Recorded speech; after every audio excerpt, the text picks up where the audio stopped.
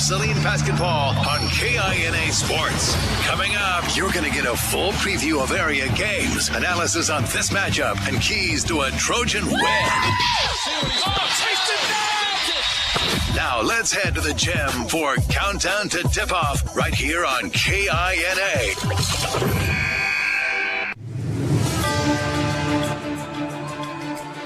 After a big win on the road in NCAA play on Friday, both the Southeast of Saline boys and girls back at home this week. They will have two games here in the Purple Palace, one in league and one out of the league coming up later in the week. Hi, and welcome into Southeast of Saline High School. My name is Devin Haney, along with Tyler Smith, Nick Garst producing and engineering, and Brian Dennett providing live stream video free of charge on SalinaPost.com.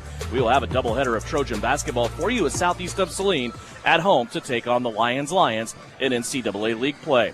Last Friday night, Southeast of Saline's girls got a much-needed league win on the road at Minneapolis. Good start for Southeast of Saline as they led by 7 at halftime, 22-15. Then that Southeast of Saline defense just kept piling on the turnovers and the takeaways against the Minneapolis Lady Lions. Southeast of Saline would eventually pull away and win 47-28. It was the 6th win of the season for Southeast of Saline, also a much-needed win in league play, evening their league record at 2-2.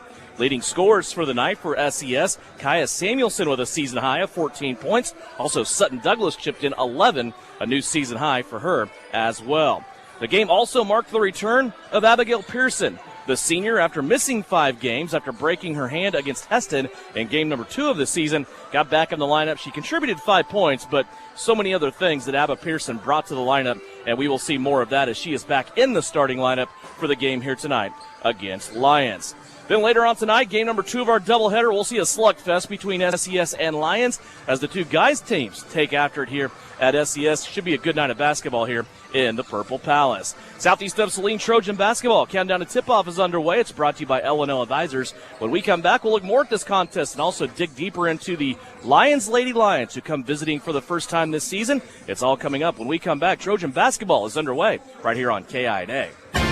APAC Kansas Incorporated has been building the Heartland from the ground up for over a century. From the supply of aggregate materials, hot mix asphalt, and concrete to the construction of roads and bridges, we do it all. You've seen our trucks, and now we want to hire you. APAC in Salina is growing, and we are hiring for all positions. From truck drivers to mechanics, general laborers, and construction, APAC has your next career. For more details, visit the job links page at salinapost.com. Great pay and benefits. APAC is an equal opportunity employer.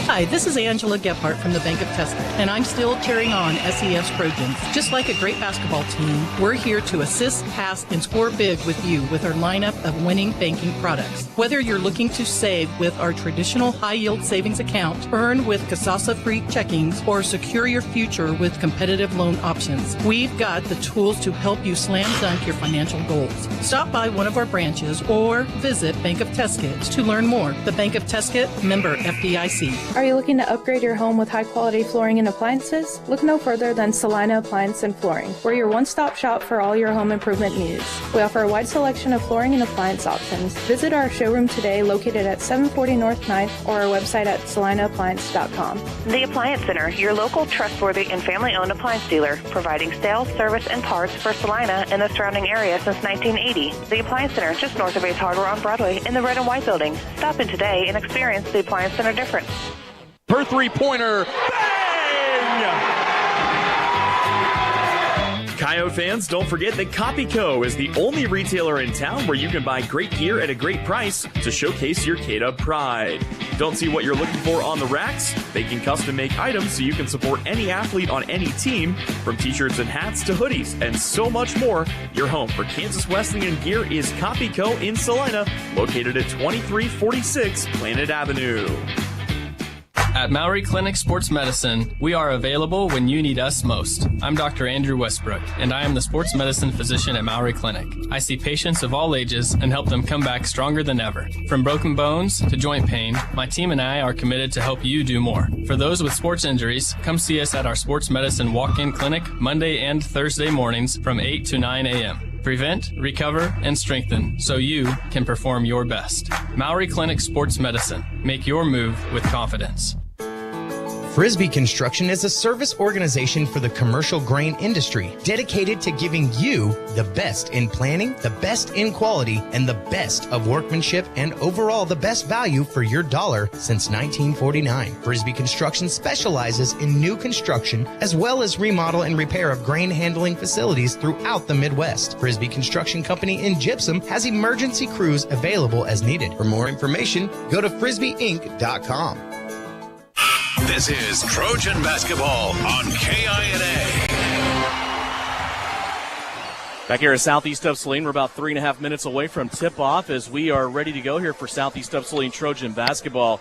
Tyler Smith comes in and joins us now. And Tyler, boy, what a big win for Southeast of Saline on the road against Minneapolis. We never know what's going to happen in those Lions-Trojans matchups, and eventually Southeast of Saline got out of there on Friday night with a little bit of winter weather moving in, and they got out of there with their first sweep of the season with girls and boys both winning. The girls did it 47-28. And the headline of the night, regardless of how you look at this, was not only the win, but 1B headline was the return of Abba Pearson. Yeah, without a doubt. And you know, I've been thinking all, since that game, like how to put this into words. I'm an analogy guy. It's a puzzle piece, right? And when that biggest puzzle piece is not there, you just see more people trying to put their puzzles into that place. They're trying to do things that maybe they can't do. And all of a sudden with Abba being there, everybody just kind of relaxed. They played their own game. And that's what I saw. You saw Duran do things that we saw Duran do that she's done her entire career here. Heinrich just focused on defense. That was it. And then Samuelson could get off offensively. We saw Sutton Douglas continues to be that just consistent key. You saw Taryn Getz kind of come in and do her thing. Like, everybody was able to do their piece and not have to pick up that extra piece from Abba. That's what Abba does. And Abba's the director, the field general. She's, any cliche you want to use out there, that's what Abba does. Everybody's in place because if you're not there, she will put you in place. We talked about, a switch play defensively that she literally physically moved a player to the other place. All of a sudden a ball was stolen. It led to a transition bucket. That's what Abba does. That's what leads this team. This is the first game this team hasn't been ranked in the top 10 in the state of 3A, after last week's performance with the loss to Sacred Heart on Tuesday. But I think that's all right. I love the rankings. I love that people care and people want to look and they want to do these things. However, this is when you want to start going. This is kind of that time. You have enough games underneath your belt. You're starting to get the identity. Now it's time to roll. I think it's also worth noting that this team didn't fall apart without Abba Pearson in the lineup for 5 games. They're 6-3 right now. They're 2-2. And are there games in there in those 3 losses that Southeast probably would have won if you want to play that game with Pearson on the floor? Sure, there probably was 1 or 2, maybe even 3 games that they would have won because they haven't lost in a blowout yet. They've lost all close games, and those 3 losses are all to 3 teams that are currently ranked in the KBCA when you look at the polls for Southeast of Saline. I think the challenge is, though, when you talk about Reagan Duran, Sutton Douglas, Veda Durfee coming off the bench, Charlotte Knopf, we saw her improve time after time after time. Do you get that same effort and that same things out of those girls that they've developed with Abba on the bench now that she is on the floor to where you're a better team? Yeah, I don't know if you can put a value on that. What the experience they had and the moments that they had. Like, all of a sudden, Charlotte had to play 25 minutes. She was playing all the time. Now you get Charlotte in spurts. She can do so many things. Abba being off the court at the beginning of the year is only going to add to the value of this team as you continue to make a postseason run. We are just about ready to go. We will step away one final time. We'll take our break. When we come back, we'll have starters for you and the tip. It's Southeast of Saline's Lady Trojans and the Lyons Lady Lions. It's all coming up here from SES Home Gymnasium right after this on KINA. Can-Equip's annual twine and net wrap sales event is on now. Save with preseason pricing on genuine C&H twine for round balers and square balers, small or large. Choose from a variety of proven net wrap like Armor Net, Legacy, Bale Keeper, American Net, and Varsity Net. Maximum length and maximum strength for the performance you expect. See your parts professional for select rebates and ordering at Can-Equip in Solomon. Knopf Auto and Truck Accessories. Everything to bling out your ride in one place, including top quality lift kits, wheels and tires, bumpers, Jeep accessories, fender flares, bed covers, bed liners, step bars, even custom painting. Knopf Auto is the and soil dealer and has many synthetics and filters in stock. Visit Knopf Auto on Facebook for specials, great ideas, and let them make your truck stick out in a crowd. Knopf Auto and Truck Accessories, supporting the southeast of Saline Trojans. It's natural to think that insurance is complicated, but at Farmers Agency, we know a thing or two about helping to make it easier by explaining your available coverage options. And with over 25 years of experience in insurance, we can help you through the process step by step. Call Kniper Agency at 825-8419 to learn more today. Underwritten by Farmers Truck Fire Insurance Exchanges and Affiliates. Products not available in every state. We are farmers. Bum, ba, bum, bum, bum, bum. Mary Maids in Salina offers house cleaning services you can see and feel. Your home is more than just a house. It's where memories are made and moments are cherished. Though life can be complicated, house cleaning shouldn't be. Mary Maids strives to take the stress out of your day so you can live your life your way. With more than 40 years experience and an advanced time-tested cleaning process, they can help you reclaim time with your loved ones. Find Mary Maids on Facebook or check out their website at marymaids.com. You're listening to Southeast of Saline Hoops on KINA. Welcome back here to Southeast of Saline High School. Devin Haney, Tyler Smith getting ready to go here in an NCAA League contest. Southeast of Saline hosting the Lyons Lions. Let's go over starters for the visiting Lions under second-year head coach Cody Bowers. They will start Salina Lara. She is averaging 2 points a game, also 2.5 rebounds. Hayden Linden finds herself in the starting lineup. 4.5 points a game, also 2 rebounds for Hayden Linden. She is in the lineup because of an injury last week sustained by Lions leading scorer and leading rebounder in Sierra Belote. So Belote is out tonight. Kiara Davis will still be in the starting lineup. She's a 5'5" senior, averaging 8 points a game and also 3 rebounds. Greta Showalter, a 5'11" junior, 2 points, 2 rebounds a game. And Diana Gonzalez, a 2-rebound, 2-point performer for Cody Bowers and the Lions Lady Lions, who come in 1-8 overall. They're 0-4 in NCAA play. For Southeast of Saline's Lady Trojans, under the direction of 10th-year head coach Shauna Smith, she's assisted by Steve Reedy and Kylie Holmes. They will start the sophomore backcourt of Reese Heinrich and Kaya Samuelson. Reese, a 5'2" sophomore, averaging 10 points a game. She's the leading scorer on this team. 2 rebounds, also 3 assists. Kaya Samuelson right behind her by a 1/10 of a point. Kaya also gets 6 rebounds a game and leads the team in assists and steals. Sutton Douglas on the inside, a 5'7" senior, averaging 8 points a game. She leads the team in rebounding at 7 boards per contest. Reagan Duran, a 5'5" junior, 7 points, 4 rebounds, and 2 assists a game. And Abba Pearson, a 5'7" senior, averaging 4 points, 2 rebounds, and 2 assists per contest. As we get underway here, 2 games at home, 1 in league tonight, 1 out of league against Clay Center on Friday. Tyler, how does Southeast of Saline's Lady Trojans get their week out onto a good start? Your keys to the game, brought to you by New Image Audio. Well, you want to make it fast and clean, all right? If there's anything you know about Lions, they're always an athletic team. They're going to put together an athletic squad that's going to come out here, and they're going to run up and down. They're going to do some unorthodox things. A lot of, athletic players. Maybe basketball isn't their number one sport, but what you got to do if you're Southeast is just continue to run your things, run your sets, make sure you're pushing the ball, no second chance opportunities, play your game. I mean, we've seen Southeast do a great job this year limiting turnovers. You continue to do that tonight. Just get out and run, and get this week off to a hot start, because we know this week's big and next week's like a huge week. Greta Showalter in the center circle along with Reagan Duran. Lions wins the tip, and they throw it away on the right-hand side as 2 Lions players not on the same page there. First turnover on the opening possession belongs to Lions. You mentioned next week that'll be the Sterling basketball tournament. Southeast of Saline, the brackets coming out yesterday. They will be the number 1 seed in that tournament as they go in and will have their work cut out for them. Remember, that's one of those tournaments. Southeast of Saline has taken some very, very good basketball teams too. They have never won it. So that will be the task at hand next week, but 2 games here this week, both on the home floor. Pearson with it after it was slapped out of bounds by Lyons. She'll dance her way back to the center court. Now handed off to Reese Heinrich. Heinrich over to Duran. Samuelson running the baseline, goes from far side to near side as we view it. It's opposite for you, viewing on SalinaPost.com. Here's Samuelson in the paint. Left-handed elbow jumper is up and good. Kaya Samuelson gets Southeast of Salina on the board. Now a press and a steal. Southeast of Saline gets it right back. Durand, though, will give it right back to Lyons as the two teams exchange miscues.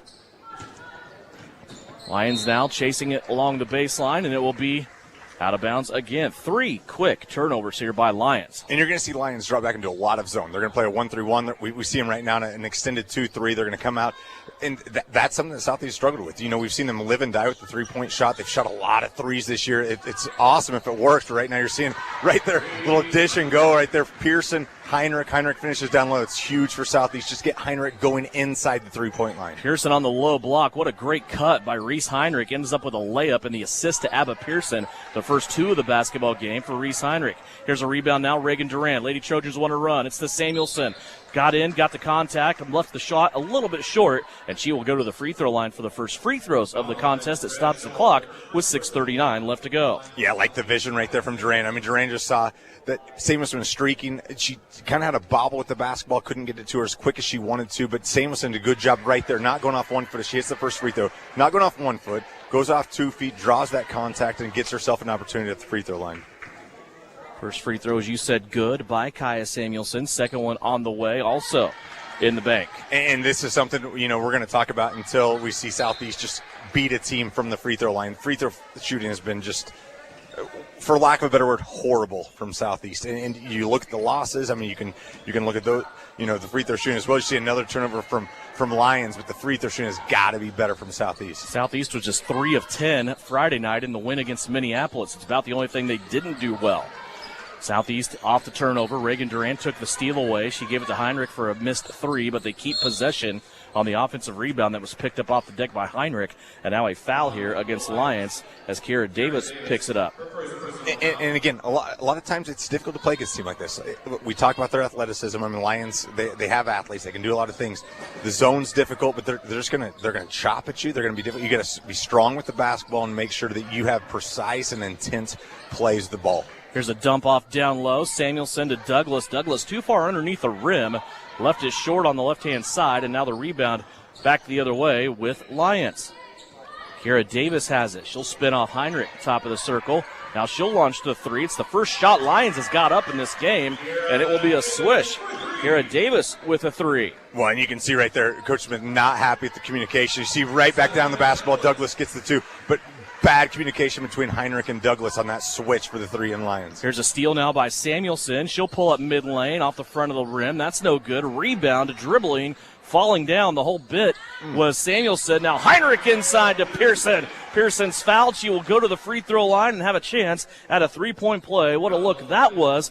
Why Heinrich to Pearson, flipping the script that we saw in the first play of the game between those two. Well, and as that zone extends, right? If that zone extends, you have to account for Heinrich shooting the 3. You have to account for all these perimeter players shooting the 3. Heinrich felt that coming out. She drives. All of a sudden, it's a mismatch for Lyons. You have numbers. It's almost like an old school 3-on-2 drill. Nice little bounce pass, and Abba catches the ball well, absorbs the contact, gets herself at the free throw line. Pearson misses the free throw. Knopf with the rebound sticks it back in the cup. Charlotte Knopf scoring for the second game in a row. And that's what Knopf can do, right? Like she's always in the right spot. Just getting more and more offensive confidence is going to be great for her and Southeast. So full timeout. We'll step aside. We'll take it as well. It's a big start here by Southeast of Saline. They are off and running, leading 12-3. It's Lady Trojan basketball here on KINA. Are you looking for a local brokerage firm to help you with your Medicare, life insurance, and annuities? L&L Advisors is the #1 local Medicare supplement and insurance specialist. Medicare can be confusing. Let the experts at L&L Advisors help make sense of it. Stop by one of 3 locations in Salina or McPherson and speak to an agent about the needs of your family. L&L Advisors, main office at 717 Roach right off Crawford and in the Central Mall Salina and downtown McPherson. Based on honesty and trust, contact L&L Advisors today. When the time comes to honor a life, Hire Scott Mortuary in Salina is here with care, compassion, and guidance every step of the way. Celebrate memories, cherish family, and find comfort in tradition. Hire Scott Mortuary, celebrating life, embracing legacy. During the winter months, we all rack up a lot of miles, especially following the SES basketball and wrestling teams. Isaacson Truckline is a proud supporter of the Southeast Trojans and wants to remind everyone to be safe on the roads this season. For local and long-haul service of freight and livestock, call Isaacson Truckline. You're listening to Southeast Trojan Hoops on KINA. Back to action out of the timeout. Lyons throws it away along the baseline. Pearson, the closest Southeast player there, and it's the 6th turnover for Lyons. Well, you got to continue to play clean and disciplined. You saw Abba do it right there. She had good entry defense, and then she didn't go after the loose ball. She knew it was going out of bounds. Those are the type of things you need to do. Here's a lob pass. Taryn gets to Samuelson. Samuelson caught it, took a power dribble underneath to reposition, and went back up on the opposite side. 6 early points for Kaya Samuelson. And now a steal by Southeast. Pearson with a short corner jumper. That won't go. Rebound opposite side. Taryn Getz, who is into the game. It's Getz, Samuelson, Heinrich, Knopf, Pearson on the floor for Southeast. Here's a kick out. Knopf, Getz, three-pointer right wing. That won't go down. Samuelson with a tip back to herself. Her mid-lane jumper won't go down. And now Southeast continues to have it as Heinrich has the offensive rebound. And now Heinrich has the ball smacked out of bounds on top of her head. It will stay here with Southeast of Saline on offense as freshman Veda Durfee jumps up off the bench. And Devin, I'm having flashbacks like playing my youth basketball. You know, when you're running a 2-3 zone, it's really difficult to rebound. I remember a coach always telling us that. You got to find somebody to get a body on. Right now, Lyons is not doing that. The zone's so extended. All of a sudden, a shot goes up. They don't have any rebounders there. You're just seeing Southeast fight harder for the rebounds. You have to break your habit of turning and watching the shot go up. You got to go find somebody to box out first. That's a great point. Heinrich with it on the left-hand side. Quick twitch ball fake. She'll pull up on the short corner. Left is short, no good. Charlotte Knopf gets the rebound. Her putback won't go. Veda Durfee now has it. And it looks like a Lyons player was touching the ball with her foot on the baseline. It will stay here with Southeast of Saline. Halfway through the first quarter, it's an 11-point Southeast of Saline lead. And a traveling violation on Veda Durfee. She caught the inbounds and took a little shuffle step backwards. That's the second turnover for Southeast. Yeah, tough call against Durfee, but I like the call, right? She catches the basketball, and you just saw that right foot that she had as her pivot foot just kind of bounce back. As you see, getting this press is going to be tough to break. But you got to work on things, right? It doesn't matter who you're playing, what you're doing. You got to make sure if it's a Tuesday or Friday night, you got your best game out there. Here's a loose ball picked up by Samuelson. Heinrich has it. Was looking inside for Durfee, and that was kicked out of bounds by a Lyons player after their 7th turnover of the night. Reagan Duran back in. Kaya Samuelson out of the game here, her first rest for the Lady Trojans. Southeast with it, off the inbounds. Getz will drive from left wing over to right wing. Now go to Heinrich. High post entry to Knopf. Out to Duran. Guarded 3. Up, no good. Rebound in question. Heinrich on the floor after it. She'll save it to Durfee, and they're going to say traveling on Heinrich. Shauna Smith was trying to get a timeout to save that possession. And again, we can talk about rules all you want. If you're on the ground and you get a rebound, there's no pivot foot. Right. You're allowed to get that ball out. Unfortunate call against Heinrich.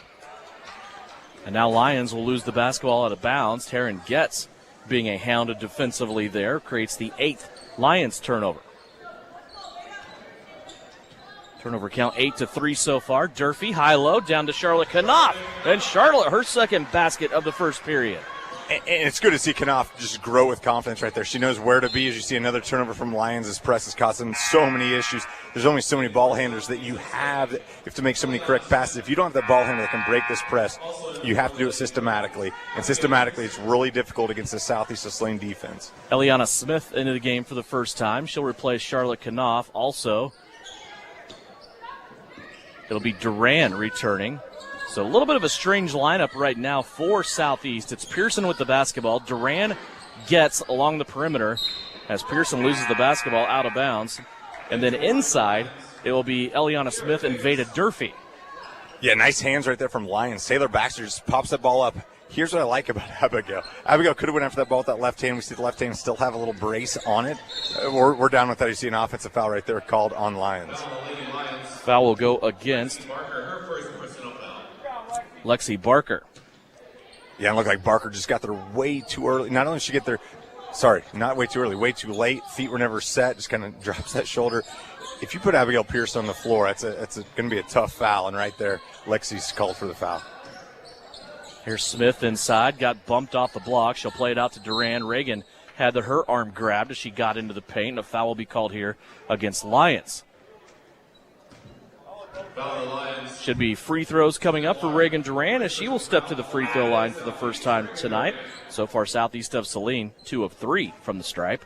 Well, Devin, here's what I like to see about this extended 2-3. You know, we talk about Southeast falling in love with the three-point shot as these free throws already look better. I mean, obviously it's a little bit different when you're up 17-3 as opposed to, these tighter games we've seen them in. But they're making an attempt to get inside. They're not just settling for the threes. They're working the ball down low. 2 free throws by Reagan Duran. She was a 50%er coming into this game. Will improve on that percentage. 18-3. The score. Here's a ball rolling out of bounds. Duran gives it chase, but it will stay here with Lyons. I might be completely off my rocker here, and that's a great possibility.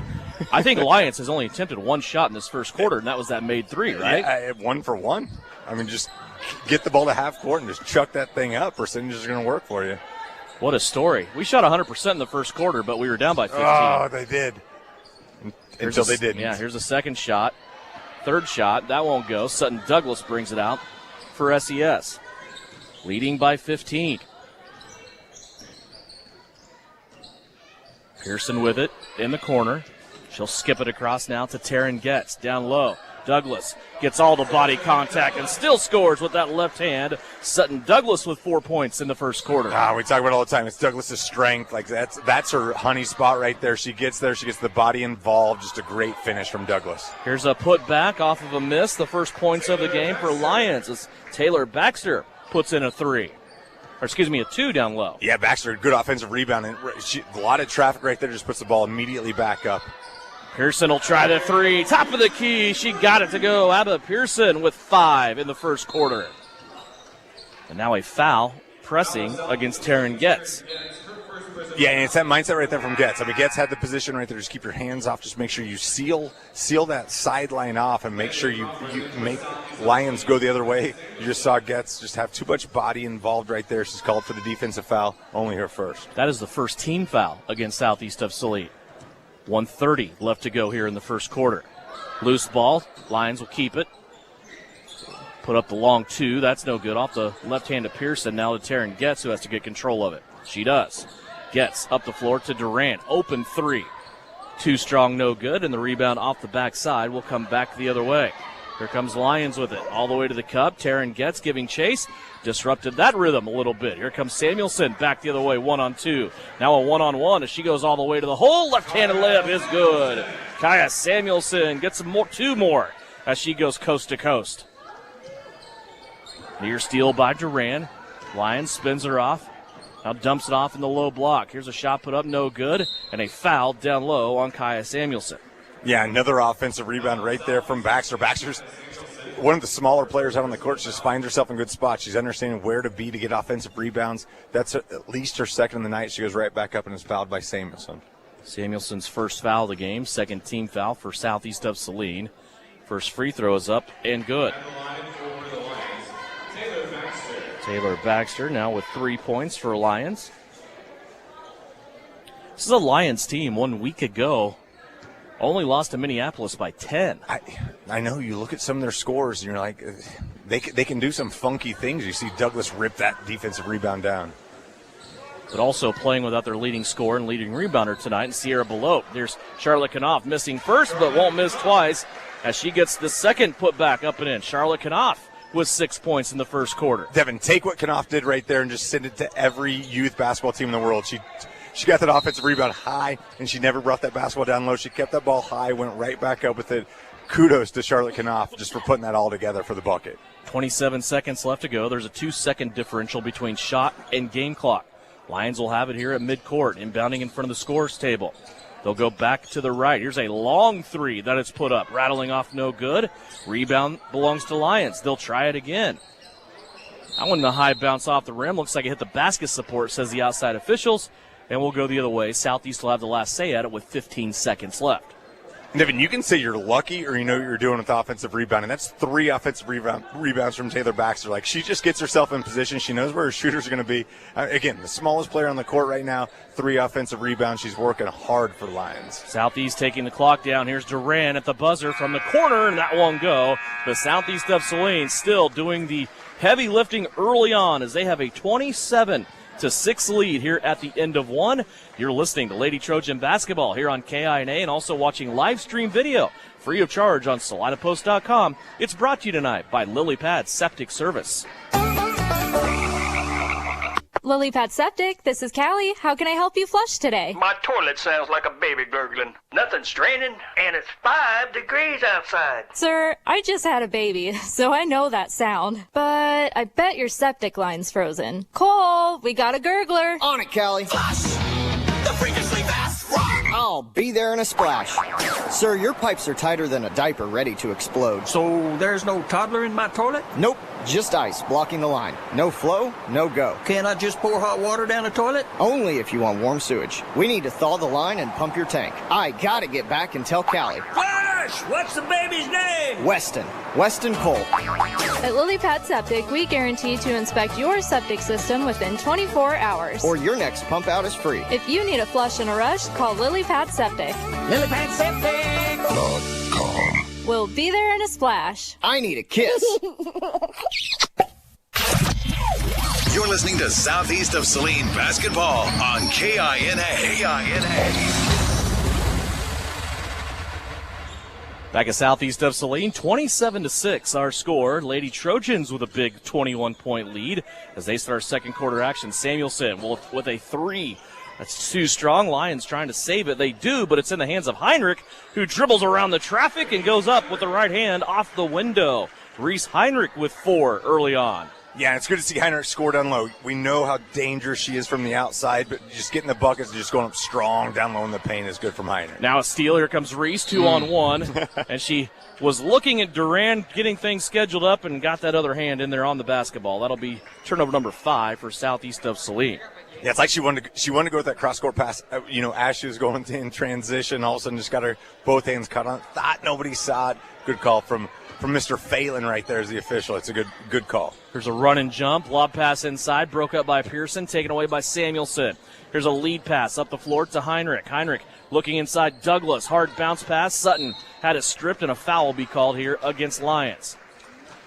Kind of in between there, whether it's on the floor or shooting. We'll see what they do here with Sutton. They're going to say it's on the floor, and they will inbound. Southeast will on their own baseline. A chance to run some inbound offense here.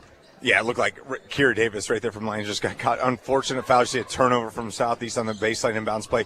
Uncharacteristic. You normally have something dialed up, just a lazy pass from Heinrich. Samuelson got to clean that up. Sometimes you alluded to it early on when you're playing a team that's not having such a good night right now as Lyons. Their start has been that way. It's tough to stay sharp yourself, and that's the biggest task of this evening, I think, for Southeast. Well, Devin, I think from a coaching perspective, these are the most difficult games to coach because you want everything to be done to perfection. It's just not going to happen. And as a player, you want to play everything to perfection and make sure you don't get too loose, start taking bad shots. You got to make sure you're doing what you do. I'll tell you right there, Douglas on that baseline. Douglas, her creating the space on the baseline to still go off the glass. She's getting so good at the angles. We've talked about she's a human protractor. She knows where the angles need to be and how to get that thing up right off the glass. Good finish from Douglas. Half a dozen for Sutton here early on. 31-6 our score. Back to a 25-point Southeast lead. Now a ball smacked out of bounds by Reagan Duran. It will stay here with Lyons on their offensive end. Salina Lara back into the game for Lyons. Inbound coming right in front of the Southeast bench. Little give-and-go action there. Now they play it to Lara, left-hand side. She'll launch the three. That's no good. Rebound, Reagan Duran. Off and running back the other way. Duran, middle of the floor, had it stripped. Now she turns it over.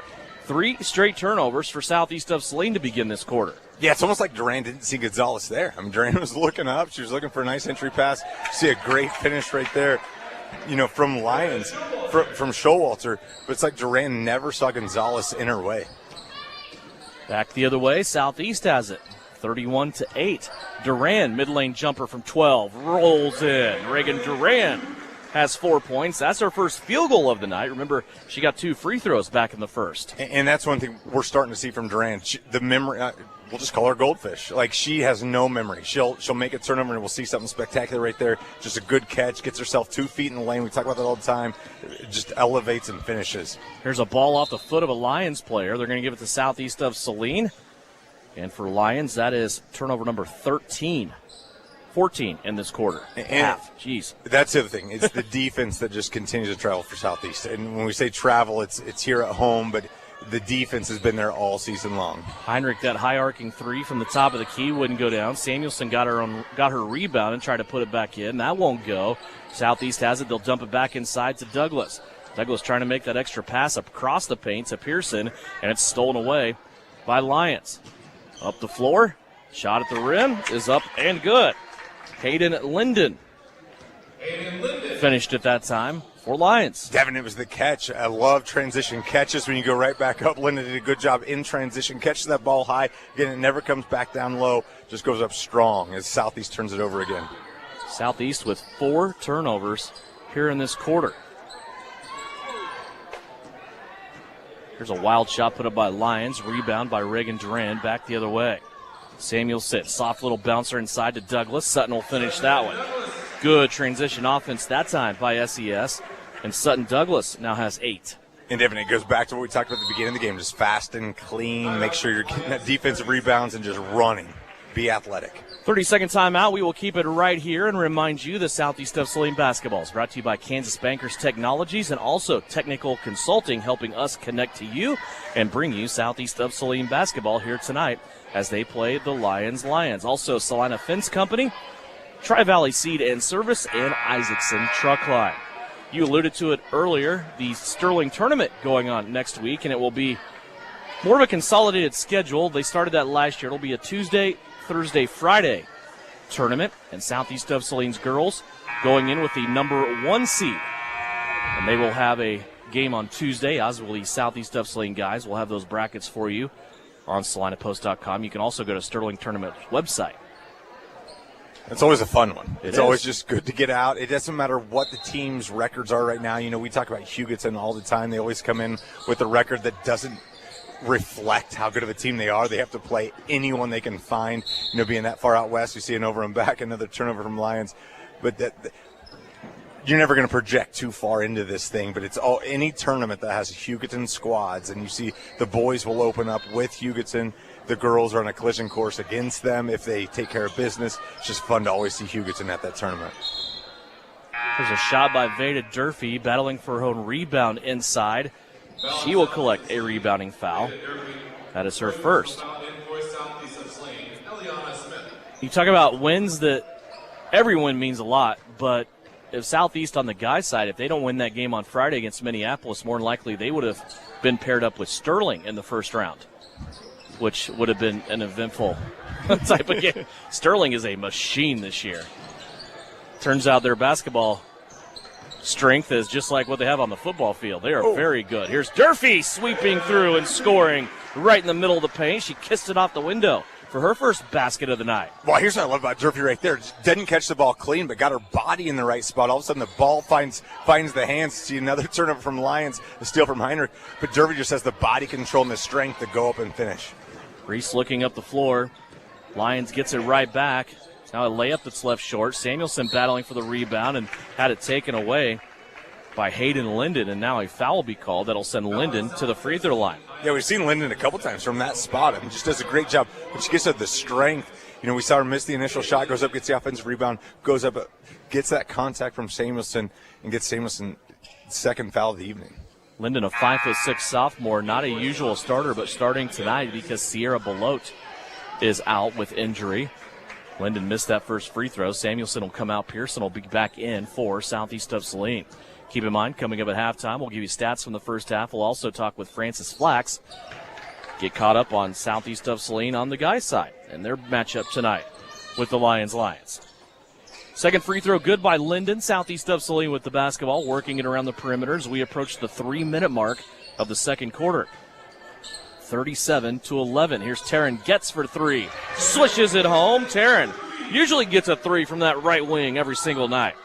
Yeah, you just can't leave Getz unattended. I mean, once she gets her feet set, it's something we've harped on in years past, catching that ball at the seams. When Getz gets that and everything in rhythm, she's so dangerous. Battle for the rebound. Ball squirts out of bounds. It'll stay here with Lyons. Taryn Getz with that three-pointer becomes the 8th Southeast of Saline player to score here in this game. And Devin, we can't play the Lyons unless we talk about the best Lyons logo that I've seen. Fantastic. And like we always talk about, the best mascot. If you're in Lyons and you're in Lyons County, you have to be the Lyons.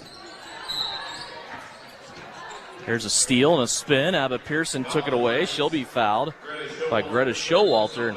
It's not a good one for Lyons, as Greta Showalter now has collected 3 fouls. Yeah, second team foul for Lyons. And then you're just seeing line changes from Coach Shauna Smith and the Southeast Saline Trojans. I mean, you're seeing so many players get so many minutes. I mean, everybody's coming out fresh. They're just continuing to run. It's going to be tough, especially, without Belote, for Lyons to keep up with this pace. Eliana Smith back into the game. Southeast here on offense. 2:17 left to go in the second quarter. Pearson with it, looking.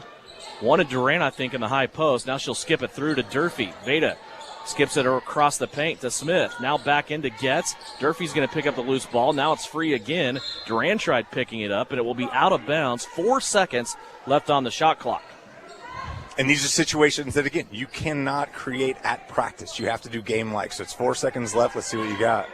Into Getz. I'm not sure Taryn knows exactly how much. Yeah, she does. Back to Pearson. She cans a 3. Why not? Abba Pearson. That play probably took a little bit longer to develop than I think they would like, but still the end result was gold.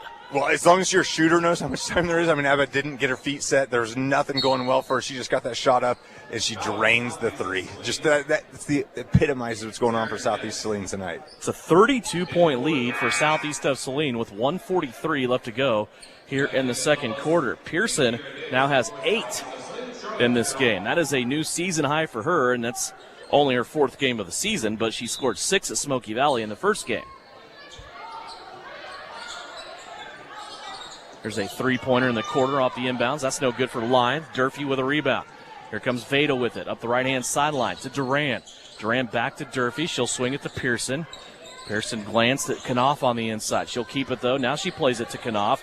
Backside, here's Durfee against that zone. Driving, and she left it a little bit too strong. But Veda Durfee fouled. Will go to the free throw line. Devin, it's what Knopf has started to do. We saw this at Minneapolis. When she's catching the ball at the high post, she now understands where the weakness in the offense is going to be. She looks diagonally immediately, hits a streaking Durfee who goes up and gets the foul. It's things like this. We talk about the Sterling tournament upcoming. The 3 games in a week is always tough as Durfee misses that first free throw. You really never know how a team's going to, get ready for that. You don't know who needs more time to rest, what happens. Everyone's got to be ready, and you're seeing this is a great builder for that game just to get everybody time and confidence on the court. Veda Durfee missed the first free throw, gets the second one to go down, and it's a 33-point Southeast of Saline lead. Veda now with 3 points on the evening. Here's Pearson stealing it away. It's another turnover for Lyons. Pearson underneath the cup. Eliana Smith has to contort her body, do the matrix to get a shot up. She does. She missed it but got her own rebound. Now it ends with Pearson for a 3. That's no good. And a loose ball collected on the backside by Hayden Linden. Inside a minute left to go here in this first half. A traveling violation against Lyons. And again, we talk about Knopf all the time. Knopf understands what to do defensively. I saw her immediately as they're coming down. She says who her person is. She's pushing people off. She's getting them away. She caused that travel because she took up, her player man to man, just knew exactly where to be. It's the knowledge, it's the confidence. You see Durfee just with a unfortunate turnover right there, just couldn't grasp 2 hands in the basketball. But you can't overvalue just the confidence of being on the court, and that's what Knopf continues. She just grows and grows and grows.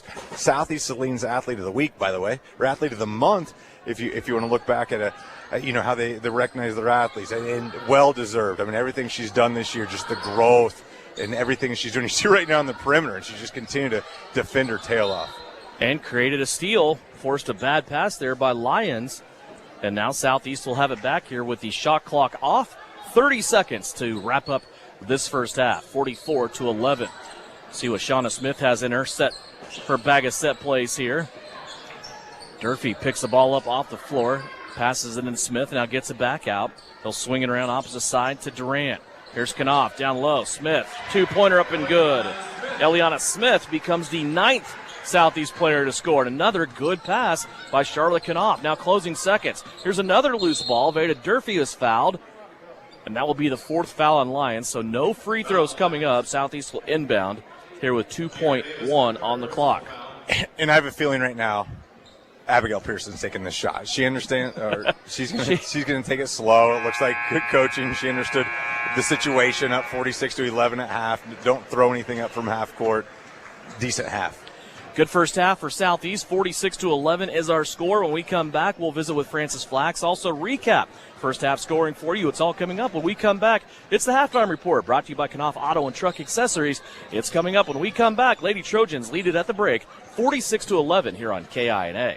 New Image is offering ceramic tint. If you are sending your child off to school or your wife on a road trip, ceramic tint offers heat rejection up to 90%, privacy in a college town or in the city, and it helps keep wear down on the AC system, making the car easier to cool down. Never worry about you or your kid locking their keys in the car. With Drone Mobile, you can unlock their car for them from anywhere. Vehicle breakdown in an unknown area, GPS locating helps roadside services find your loved one quickly with the ability to send the vehicle location directly to the rescue squad. New Image Audio, your official tinting establishment for over 14 years, located at 340 South Broadway in Salina. Phone calls are welcome. Farmers, it's time to start planning for the 2026 planting season, and Phillips Seed is here to help you pick the best genetics for your operation. From top-performing corn hybrids and high-yield soybean varieties to proven milo varieties and advanced seed treatments, we focus on products that perform where you farm, backed by local testing and proven on-farm performance. Phillips Seed helps get your crops off to a strong start. Visit phillipsseed.com and find us on Facebook or X. Phillips Seed, serving, innovating, growing since 1985. You're listening to Southeast of Saline Hoops on KINA. Back here at the gym at Southeast of Saline, Devin Haney, 46-11 our score here at the break. Lady Trojans of Southeast of Saline, 9 different players have found the scoring column so far on their way to a 46-11 halftime score. Time to catch up on Southeast of Saline Trojan basketball. Head coach Francis Flax. And boy, coach, a big victory for you on the road Friday at Minneapolis, 52-45. And there's a lot of good things to talk about in this game. We got to talk about Tiernan Potocik, though. For the second year in a row, he hits a half-court shot. This was longer than half-court. Last year was right around half-court, right in front of the scorer's table. What a lot of people didn't talk about, though, he almost hit one at the end of the first quarter. I don't know what is it about that gym, but Tiernan's dialed in from long range, isn't he? You know, I never said a word to him about it either. And we never mentioned it in practice or after the game, anything. We just let it ride. Yep. But it isn't because he don't shoot some of those in practice at the end of practice. Yeah. First of all, I want to apologize for not getting out of there, but we don't get that many wins, and we had a lot of positive things to talk about, and I didn't get out of the locker room in time to get up here. For the first time in really all season, you had 3 scoring threats that all hit double digits and a well-rounded scoring game, honestly. Tiernan Potocik was 17 in that game, Adam Teal with 15, and they came in much different ways, too. I thought Tiernan also did a good job sharing the basketball, getting inside of their defense, and making that extra pass for easy buckets. Yeah, his penetration paid dividends in that game for us because he was able then to, if he didn't shoot it, to dish it off right under the basket, and it led to at least 4 easy buckets that I can think of, 4 layups. I think maybe the missing key that we've been talking about, and a guy that we would like to see consistently in double digits, was Hendricks Lund. He had 10 points and played well in this game. Yeah, he did play well. That's one of his better games since the very beginning of the season. So, but we need that consistently, and you and I talk about that every time we're on here. Mm-hmm. We've got to develop some consistency, and he's one of those keys that has to come out and do this game in and game out for us. How do you feel like you guys played on defense? You went the whole fourth quarter, did not allow Owen Just to score. Minneapolis' leading scorer finishes with 12, which is way below his average. I thought you did a good job on Owen all night long, not only keeping him from scoring, but just keeping him from really getting into the flow of the offense and getting others involved as well. Yeah, you know, Isaiah was on him most of the game, and we had him pick him up at the, as soon as he caught the ball, and made him bring it up under pressure. So the way he scored, though, is something that we have to correct. After he shot and missed, he got his own offensive rebound and put it back in. Yeah. Didn't make any difference where he shot it from. He was on the move. That's it. The shooter knows where it's going to miss. Mm-hmm. So, and he's one of those guys that just goes after it, where most people stand around and watch and hope somebody else rebounds it. Yeah. You wanted a great start out of your guys. That's what you got. Part of that is taking care of the basketball. You led 15-8 at the end of the first quarter, but you didn't make your first turnover in this game until about 2 minutes into the second quarter. And that was part of a little bit of a drought you guys went through that second quarter as well. Took you a while to score there. those things come and go. That's basketball. You know that. We've been around this sport a long time. But, boy, it's just sometimes it's frustrating when you get off to a great start like that, then all of a sudden here comes that brick wall and the other team starts creeping back in. Yeah, it was about 4 minutes that we didn't score in that second quarter. And then once we got rolling, we scored a decent amount of points to finish out the half. So, yeah, it's just a deal where you want to have a really good possession, your first possession of the second quarter or after any quarter. We could talk about perseverance of your team, too. Minneapolis actually went on a 9-0 run, took a 2-point lead there, but you guys came back. You were able to put a good cap on it in the second part of that second quarter. You go into the locker room with a lead. That three-pointer at the buzzer doesn't hurt. You would have had a lead anyway. You led by 5 at the end of the first half. But all in all in this game, though, I think, you and I talked about Minneapolis. They're not a bad team. They play hard. They had a good victory against Lyons last week coming into this game. It's a good start for your team to start building on something bigger. It is. And this is an important stretch for us. We've got tonight here at home. We've got Friday night here at home. And then we go to Sterling. And so 5 games in, a week, 2 weeks. Yeah. So that's good. This is important for us. We've got to establish a little bit of momentum. This is going to be a tough game tonight because Lyons is going to set in that zone. And if we can't penetrate and hit some shots, both inside and outside, it could be a tough game for us. We always talk about Lyons, and what they put on the basketball court isn't close to what they put on the football field. They've been struggling in football lately, but they are an athletic group on the basketball court that plays extremely hard. What do you want to see most from your guys here tonight? Well, we have to match their intensity, and we have to find holes in that zone defense. The second thing is we got to keep them off offensive boards. If we can control the backboards, we'll win the game. But, we're not, except for Adam, we're not very well-rounded in that area. Some nights a couple guys will do it, but, Isaiah's been doing it. But Adam's always consistent in there, and he's got to control the boards tonight. Sounds good. Good luck to you. We'll talk to you after the game. Thank you. Francis Flax, head coach of the Southeast of Saline Trojans. His guys tonight taking on the Lions here at home at Southeast of Saline. Halftime of the girls' contest, 46-11 is our score. We'll take a 2-minute timeout. We come back scoring from the first half. We'll also start the third quarter for you. Southeast of Saline up big, 46-11 here on KINA.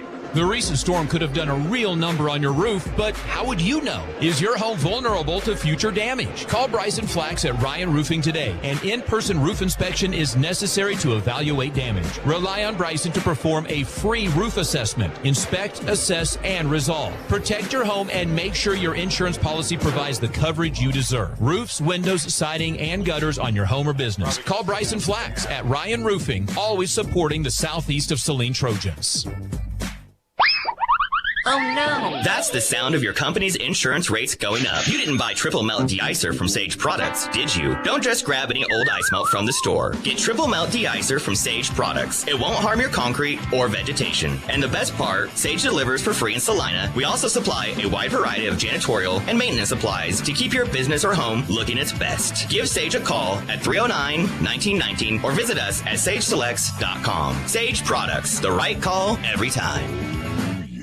Whether on the field, court, or in the operating room, experience matters. A coach loves an experienced team just like a patient values an experienced doctor. Salina Ortho has ABOS board-certified physicians with over 40 years of orthopedic service. If you need help staying active or just want to discuss options regarding the newest techniques and services and specialties that Salina Ortho provides, see one of our trusted physicians or visit salinaortho.com.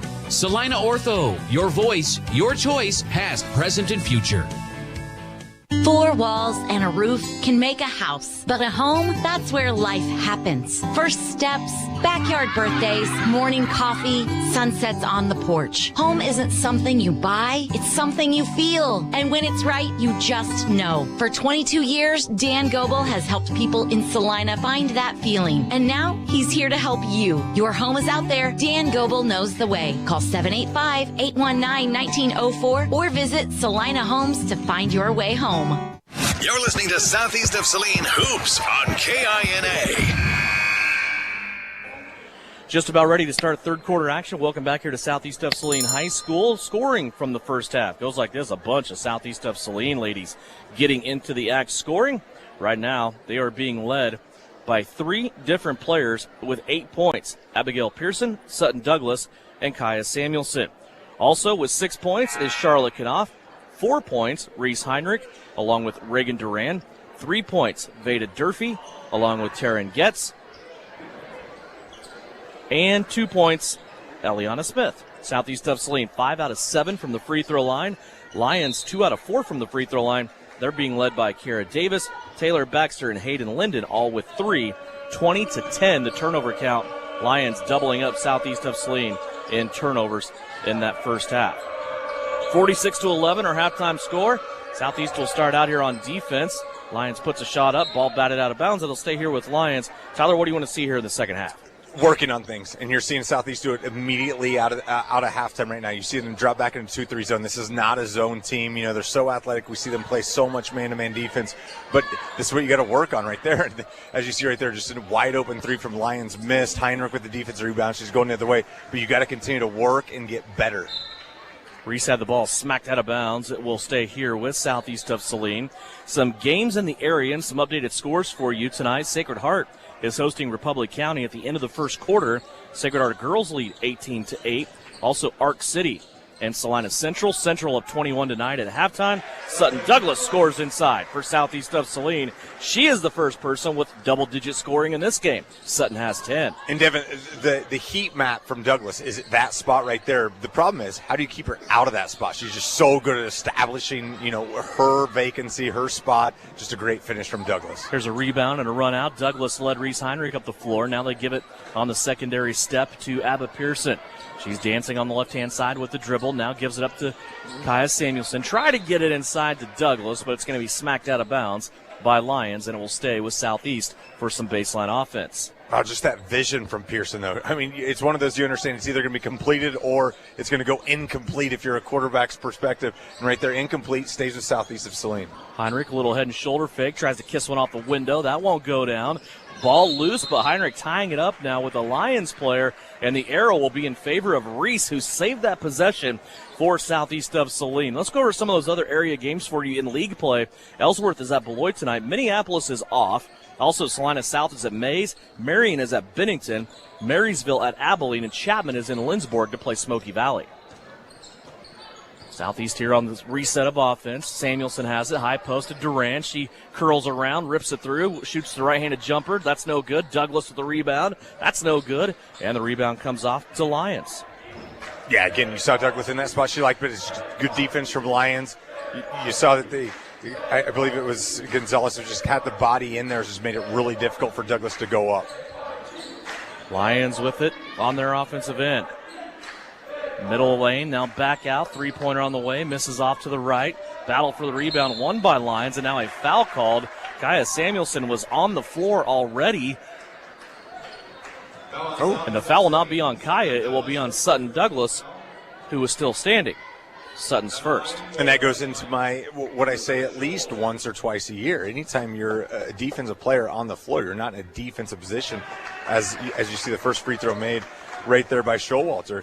So if you're not in a legal defensive position, you're on the floor and you make contact with the ball handler, it should be a foul on you. Samuelson avoids the foul as the second free throw also goes. Showalter cans both free throws for Lyons. She has 4 points now to lead the Lions. Both of these teams will be active next week in the Sterling Tournament. Lyons joining the NCAA last year as a full-time member of the North Central Activities Association.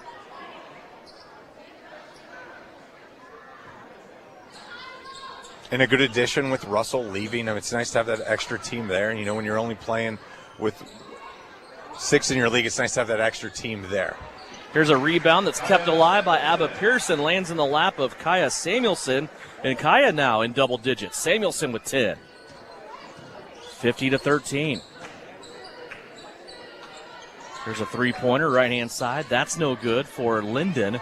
Here comes Southeast with it. Reagan Durant crossing over the defender. A little one-on-two break, and Reagan is going to earn a trip to the free throw line.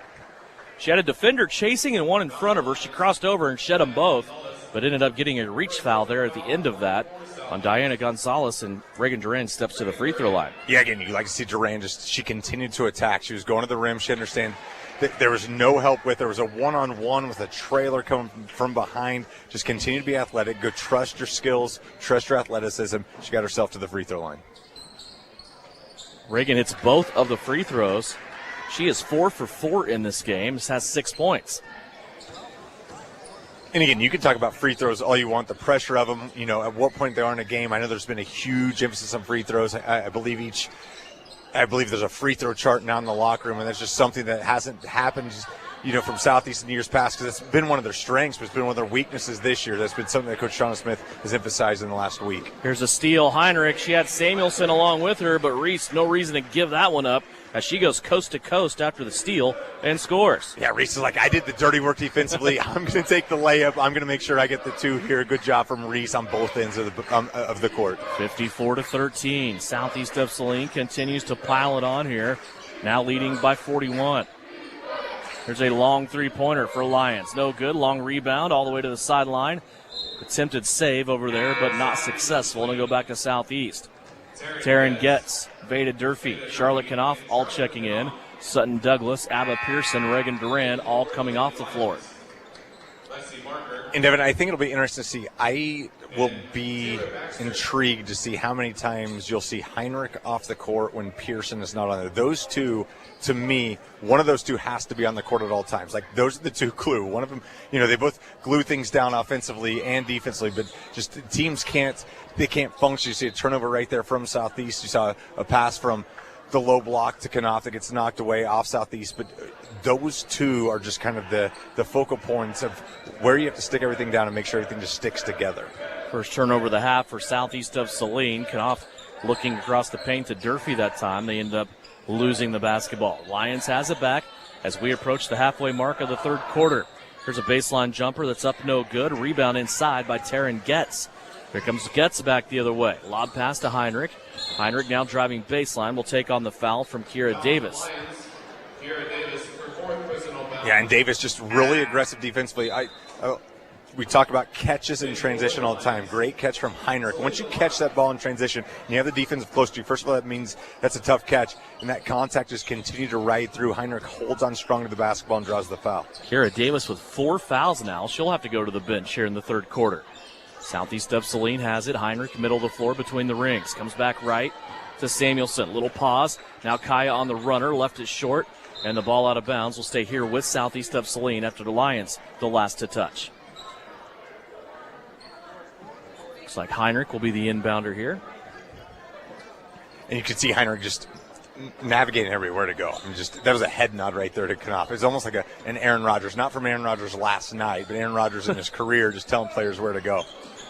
Here's Heinrich with a 3. That's no good. Backside rebound by Samuelson. She's going to be hacked as she pulls up in the lane. Couple of marks up from the block, and she will have a free throw attempts coming up. A trip to the free throw line. Again, offensive rebound from Samuelson, 2 feet in the lane. Now go be athletic. Go make a play happen. That's exactly what she did right there. Draws the foul. Is at the free throw line for 2. First free throw left short by Samuelson. 10 points so far for Kaya. She's 2 of 3 from the free throw line. 3:34 left to go here in the third. 54-13. Southeast of Saline leading. Second free throw also misses. Durfee with the offensive rebound. Put back won't go down, but Samuelson ends up with a rebound. Taryn Getz has it stripped from behind. There was a player over here talking to the coach for Lyons, and that was the player that ended up stripping Getz from behind. Taryn never saw her. Ends up being a score by Taylor Baxter, the same player. Yeah, Taylor Baxter, 4th offensive rebound. Again, you talk about it's either luck or you're just really good at it. She missed her first shot, and she out-battles Reese Heinrich. Not an easy thing to do for that offensive rebound. Reese now lost the basketball underneath the goal that time. Will be the second turnover for Southeast of Saline as Layla Lund checks into the game for Southeast.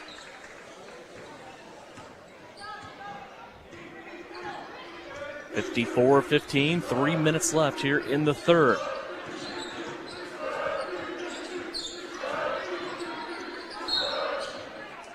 A Lions player stepping on the sideline on the far side. you just can't turn intensity off, right? And that's what Reese Heinrich does. We talk about this all the time. Great teams don't care about scoreboards. They're trying to play a 2-3. Reese is supposed to suck back a little bit. She's not going to. If there's a ball handler out there, she sees the ball out there, she's going to make it difficult. Taryn Getz for three. Taryn's second long-distance dagger of the night. 57-15. And Getz just kind of floated. We've seen both just wide-open threes, just unaccosted, just wide open, drained both of them. 2:25 left to go here in this third quarter. There's a near steal, but a foul called on Charlotte Knopf as she came from the bottom of the paint, trying to get the ball away from Greta Showalter, and that will be a foul on Knopf. It's her first. Yeah, it's a tough one on Knopf. I thought she did a lot of things right there. She saw the pass, a little bit of a lazy pass. I think she got hands there. Unfortunate foul against Knopf. Full time out, Lyons. We will step aside. You're listening to Southeast of Saline Lady Trojan basketball on KINA and watching on SalinaPost.com. It's presented tonight by Lily Pad Septic Service. It's natural to think that insurance is complicated, but at Farmers Agency, we know a thing or two about helping to make it easier by explaining your available coverage options. And with over 25 years of experience in insurance, we can help you through the process step by step. Call Kniper Agency at 825-8419 to learn more today. Underwritten by Farmers Truck Fire Insurance Exchanges and Affiliates. Products not available in every state. We are farmers. Bum, ba, bum, bum, bum, bum. New Image is offering ceramic tint. If you are sending your child off to school or your wife on a road trip, ceramic tint offers heat rejection up to 90%. Privacy in a college town or in the city, and it helps keep wear down on the AC system, making the car easier to cool down. Never worry about you or your kid locking their keys in the car. With Drone Mobile, you can unlock their car for them from anywhere. Vehicle breakdown in an unknown area, GPS locating helps roadside services find your loved one quickly with the ability to send the vehicle location directly to the rescue squad. New Image Audio, your official tinting establishment for over 14 years. Located at 340 South Broadway in Salina. Phone calls are welcome. This is Trojan Basketball on KINA. 57-15, Southeast of Saline with a big lead. This baseline inbounds thrown into the backcourt. That's okay. Nobody had established possession with it on the other side of the line. Lions will continue to play on. Here's a three-pointer. Might have been blocked out there by Layla Lund, and Lions runs down the loose ball. Now a drive and a shot that's put up. That's no good. Rebound, Eliana Smith. Ellie will play it out into the hands of Reese Heinrich. 2 minutes left to go here in the third. Heinrich up the left-hand side of the floor to Getz. Taryn now losing her dribble, looking for help. There's Reese to her left-hand side. Heinrich comes back to the middle of the floor. Now to Lund. Lund looking high post. There's Durfee. She'll turn and shoot it from 15. That rattles home. Veda Durfee. Her second field goal of the night. Veda with 5. Yeah, Durfee catches it at 15. That pivot foot brings her back to about 16, 17 right there. Saw that she had an opening, and she just rips the shot up. Reese Heinrich took it away from a Lions player, and quick whistle over there called a dual possession. The arrow will keep it with Lions. No, and Heinrich's not happy with the call. She understands the flow of the game, and she gets the call from the official. I like the call from the official, but Heinrich wraps that ball up for a split second, rips it away, is going to go the other way to score. They're going to call it Canadian possession. You know what I love, and it's a little thing? It's how my brain works, though. When she took that ball, she put bottom hand in first and then second hand on top and took it that way. You don't get called for slaps and hacks when you do that. That was textbook steal by Reese Heinrich. There's a rebound now by Reese. Up the floor to Taryn Getz. Leaner and a two-pointer off the window is good. It's the first 2 of the night for Getz. Give the long-distance assist to Heinrich. Yeah, that did it from Heinrich. Money. I mean, three-quarters court, threw it on an absolute dime. Great catch and finish from Getz. 61-15. Southeast of Saline now with the most points that they have scored this season. Here's a slap and a steal. Heinrich has it rolling to Getz. Getz all the way to the cup. She'll be fouled and knocked to the court. Taryn Getz will go to the free throw line. Devin, how annoying would it be to be playing against Reese Heinrich? I mean, again, we talked about the intensity doesn't change. She's out there guarding. She's got a zone. I mean, they're in a zone, but that ball's in the zone. She's not going to let you just cross over her face. She's not going to let you do anything like that. As gets the first free throw to fall. Just so difficult to do anything against Heinrich as she comes out. As Samuelson comes in the game forward. Just the defense doesn't stop from her, and that's what keeps her on the court at all times. That's that glue. She does so many things offensively. Reese's defense, the confidence that she continues to have. I say this with the utmost respect. She's a young lady. She's an athlete that doesn't lack confidence, but the defense just continues to grow confidently. Well, we talked about her game at Minneapolis on Friday. She didn't score, but I think she was still one of the best players on the floor. Just what she did setting the tone defensively for Southeast. She can neutralize your point guard. She can neutralize anybody. She can play, various spots against a guard, and she just makes it so difficult to get things done. 63-15. Lund, a little fake of a three on the left. Now they go high post to Knopf. One dribble back. Samuelson will pull the trigger from three. That one bouncing around, won't go. Eliana Smith had it, and she is hacked on the arm, and Smith will go to the free throw line. We have to talk about the success when the ball moves. You saw great ball movement right there. The great ball movement right there not only got you a wide open shot from Samuelson, she missed a little bit short, but good ball movement also gives your offense more time to get inside and get the offensive rebound opportunities. As you see Eliana Smith do that as she hits her first free throw. Foul on Hayden Linden is her second. Ellie makes the first free throw. 3 points for her now. Second free throw on the way. Also right through the cords.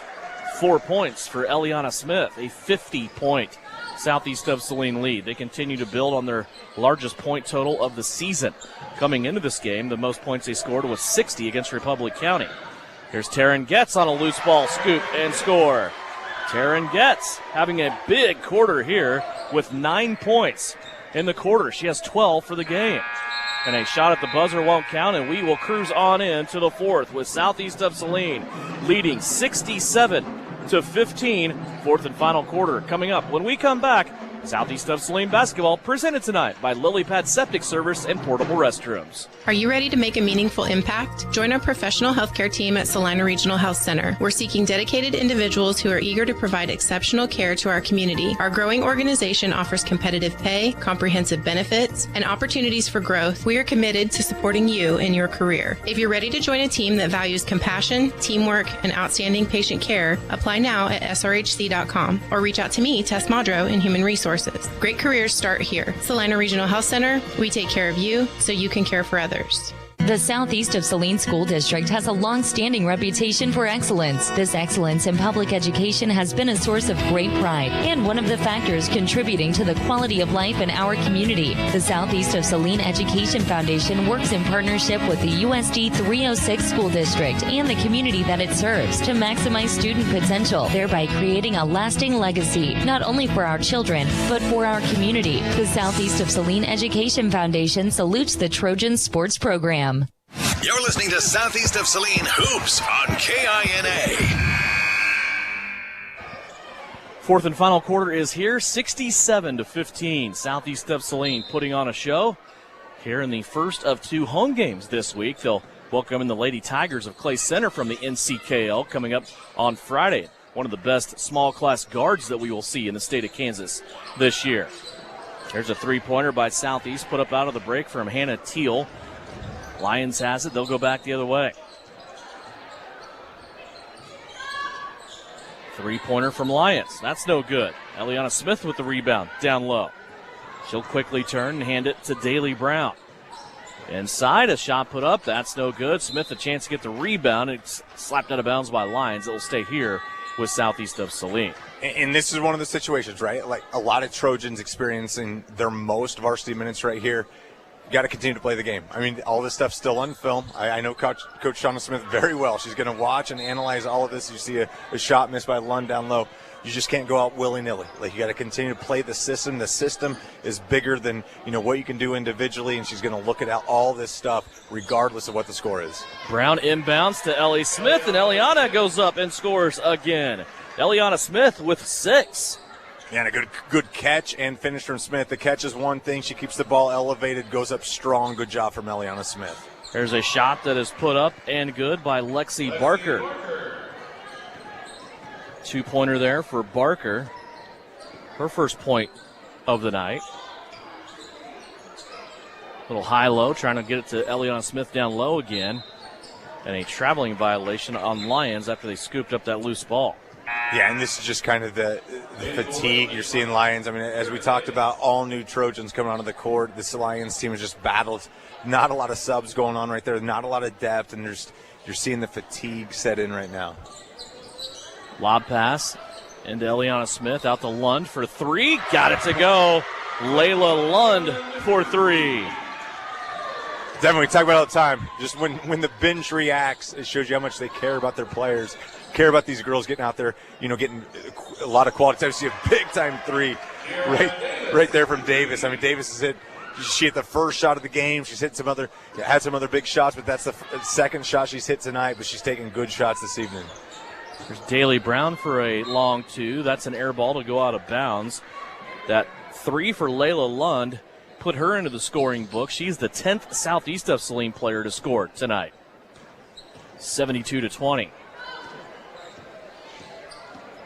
5:20 left to go. Shot clock is neutralized. They are not using it with a running game clock since it's more than a 30-point gap in scoring.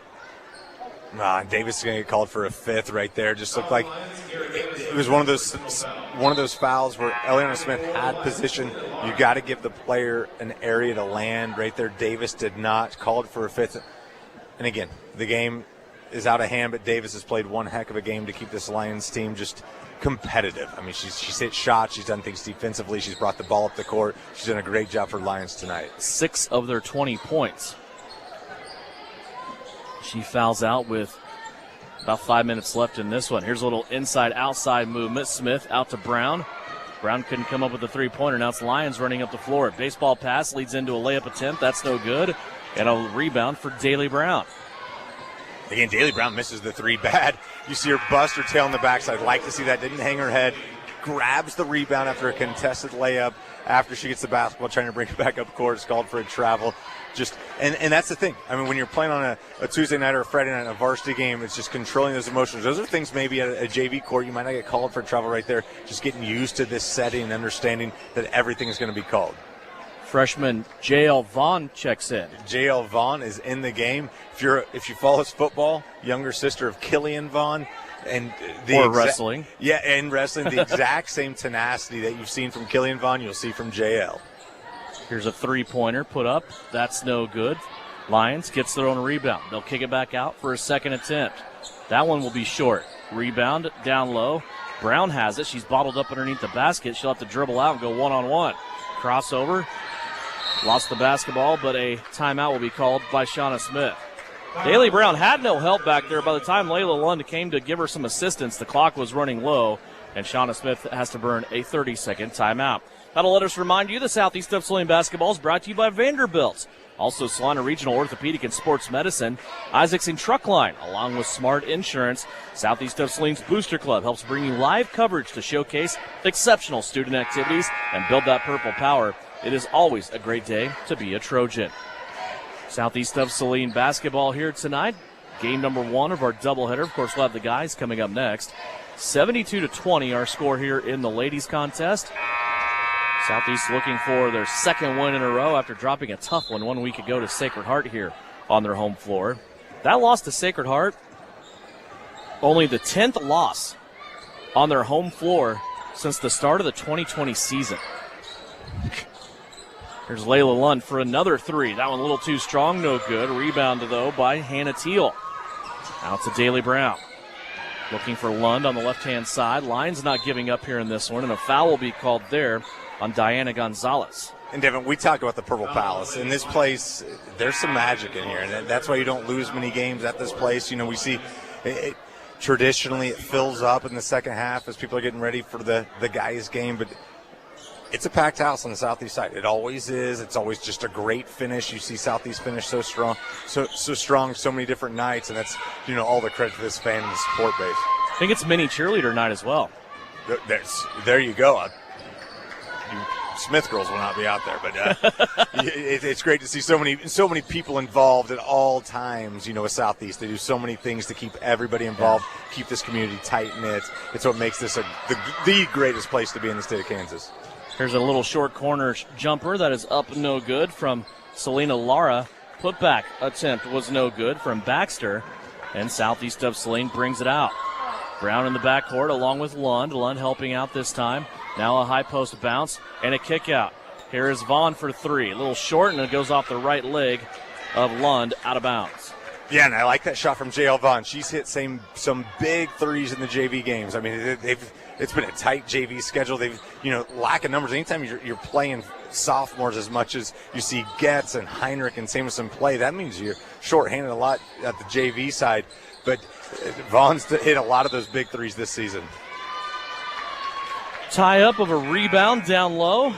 And this one will go to Southeast of Saline. Hannah Teal in there, battling for the rebound. She'll earn the arrow for Southeast of Saline, and it'll be the Lady Trojans having it with 90 seconds left to go here in this one. Brown across the timeline. She'll play it now to the right to Vaughn. Inside, outside again. They'll swing it left now to Lund. Teal with it, dumps it off down low. Shot is up and good from Annika Barnaby. Her first basket of the night. Lady Trojan number 11 in the scoring column. Oh, it's just copy and paste from the first half from Knopf to anybody down low. You saw a great entry pass from Teal to Barnaby. It's got to be fun for Barnaby to get that bucket. Now a rebound by Barnaby on the defensive end. Inside a minute left to go. 74-20. Back inside. Now they play it out. Brown for a long two. Had it blocked. Ball on the floor. It's going to be picked up by Lyons. Salina Lara with it. Lara plays it to the left, and a foul will be called on Southeast of Saline. Hayden Linden will go to the free throw line. Yeah, Linden, good job right there. She saw that Vaughn was just a little bit out of position right there and just continues to attack. Vaughn called for the foul. Linden to the free throw line for two. Linden's first free throw is up and good. Lions tonight 5 of 7 from the free throw line as the clock continues to trickle down. Inside 10 seconds now. Second free throw also good. Southeast will inbound it here. They might get one last crack at it. Layla Lund will shoot a three, and it's off the mark. But Southeast of Saline with a 74-22 victory as they get another win here in league play. Now 7-3 on the season. Southeast of Saline 3-2 in NCAA league play. Lions drops to 1-9. They are now 0-5 in league play. When we come back, we'll go over scoring for you. Also have a Vernon Jewelers Gym of the Game. We'll put a cap on this one as we have the recap in postgame. Coming up next, it's brought to you by Commercial Tire Centers, and it comes after a Lady Trojan victory, 74-22, right here on KINA. Winter travel can be treacherous if your tires are worn out. Stay safe with an inspection at Commercial Tire Company. Cold weather also drops the inflation in your tires. Get them checked today to avoid losing grip or damaging your tires. Commercial Tire will help keep you safe. For repairs that aren't tire related, our automotive and diesel mechanics will fix it right the first time. Commercial Tire Centers, West Crawford and North 9th, Salina. Commercial Tire Centers, where service is everything. At Vernon Jewelers, we believe jewelry is more than just an accessory. It's an expression of who you are. It's also a piece of your life that can be passed down through the generations. That's why our expert team is here to listen, understand, and help you find that piece that speaks to your story. We're not just your local jeweler. We're your neighbors, your friends, and your partners in celebrating life's precious moments. Vernon Jewelers in downtown Salina. In our 141st year, we are not old. We're just really good at what we do. Time now for the Trojan postgame show on KINA. Stick around for the game recap, final stats, and reaction from the coach. This is Trojan basketball on KINA. Back here in postgame, brought to you by Commercial Tire Center. 74-22, the big scoring burst for Southeast of Saline tonight against a Lions squad that came in without one of their starters, Tyler, but still, that Southeast of Saline offense was clicking tonight. It was nice to see some of the younger players come in, get some points off the bench, but really, all in all, this Southeast offense clicked very well throughout the game. Yeah, it did. It all started from the defensive side. Just the amount of turnovers they created, just got a lot of easy buckets early on, and we talk about it all the time. When you get easy buckets early on, just kind of opens up that basket. All of a sudden, you start seeing more outside shots go in, and then you can work the game a little bit more. That defense has to extend once the outside shots are going in. It was just kind of a clean night from Southeast. Again, fast and clean. You play defense nice and hard. Everything was fast. You were getting transition buckets and then clean offensively. We talk about the games like this. You have to make sure that you get business done, but business is done on the defensive side. You didn't see anybody force things, and that's what I like in games like this. Like, you can go out and get yours if you want to. Like, tonight's a night that if you want to go out and get some, you can. You didn't see any player do that. They all did it within the system of the offense, and that's why you saw just consistent scoring from every player that, contributed offensively. There's a lot of first times in the scoring column for Southeast of Saline. Let's go over that scoring for you. Leading the way tonight with that big third quarter, Taryn Getz ends up leading Southeast of Saline in scoring with 12. She had 9 points in the third quarter. She ends up with 12. That ties a career high for Taryn Getz. The other game that she did that in this year, there's actually been 2 of them. So she's had 3 games now where she scored 12 points. She did it against Smoky Valley. She also did it against Sacred Heart. She has 12 here tonight. Also a new season high for Layla Lund with 3 points. Also, a new career high for Eliana Smith with 6. A new career high for Charlotte Knopf with 6. A new season high for Abba Pearson with 8. And a new career high for Annika Barnaby with 2. Also, 6 points for Reese Heinrich tonight, 10 points for Kaya Samuelson, 10 points for Sutton Douglas, 5 points for Veda Durfee. Southeast of Saline tonight, a very welcome 11 of 15 from the free throw line as they shot free throws very well.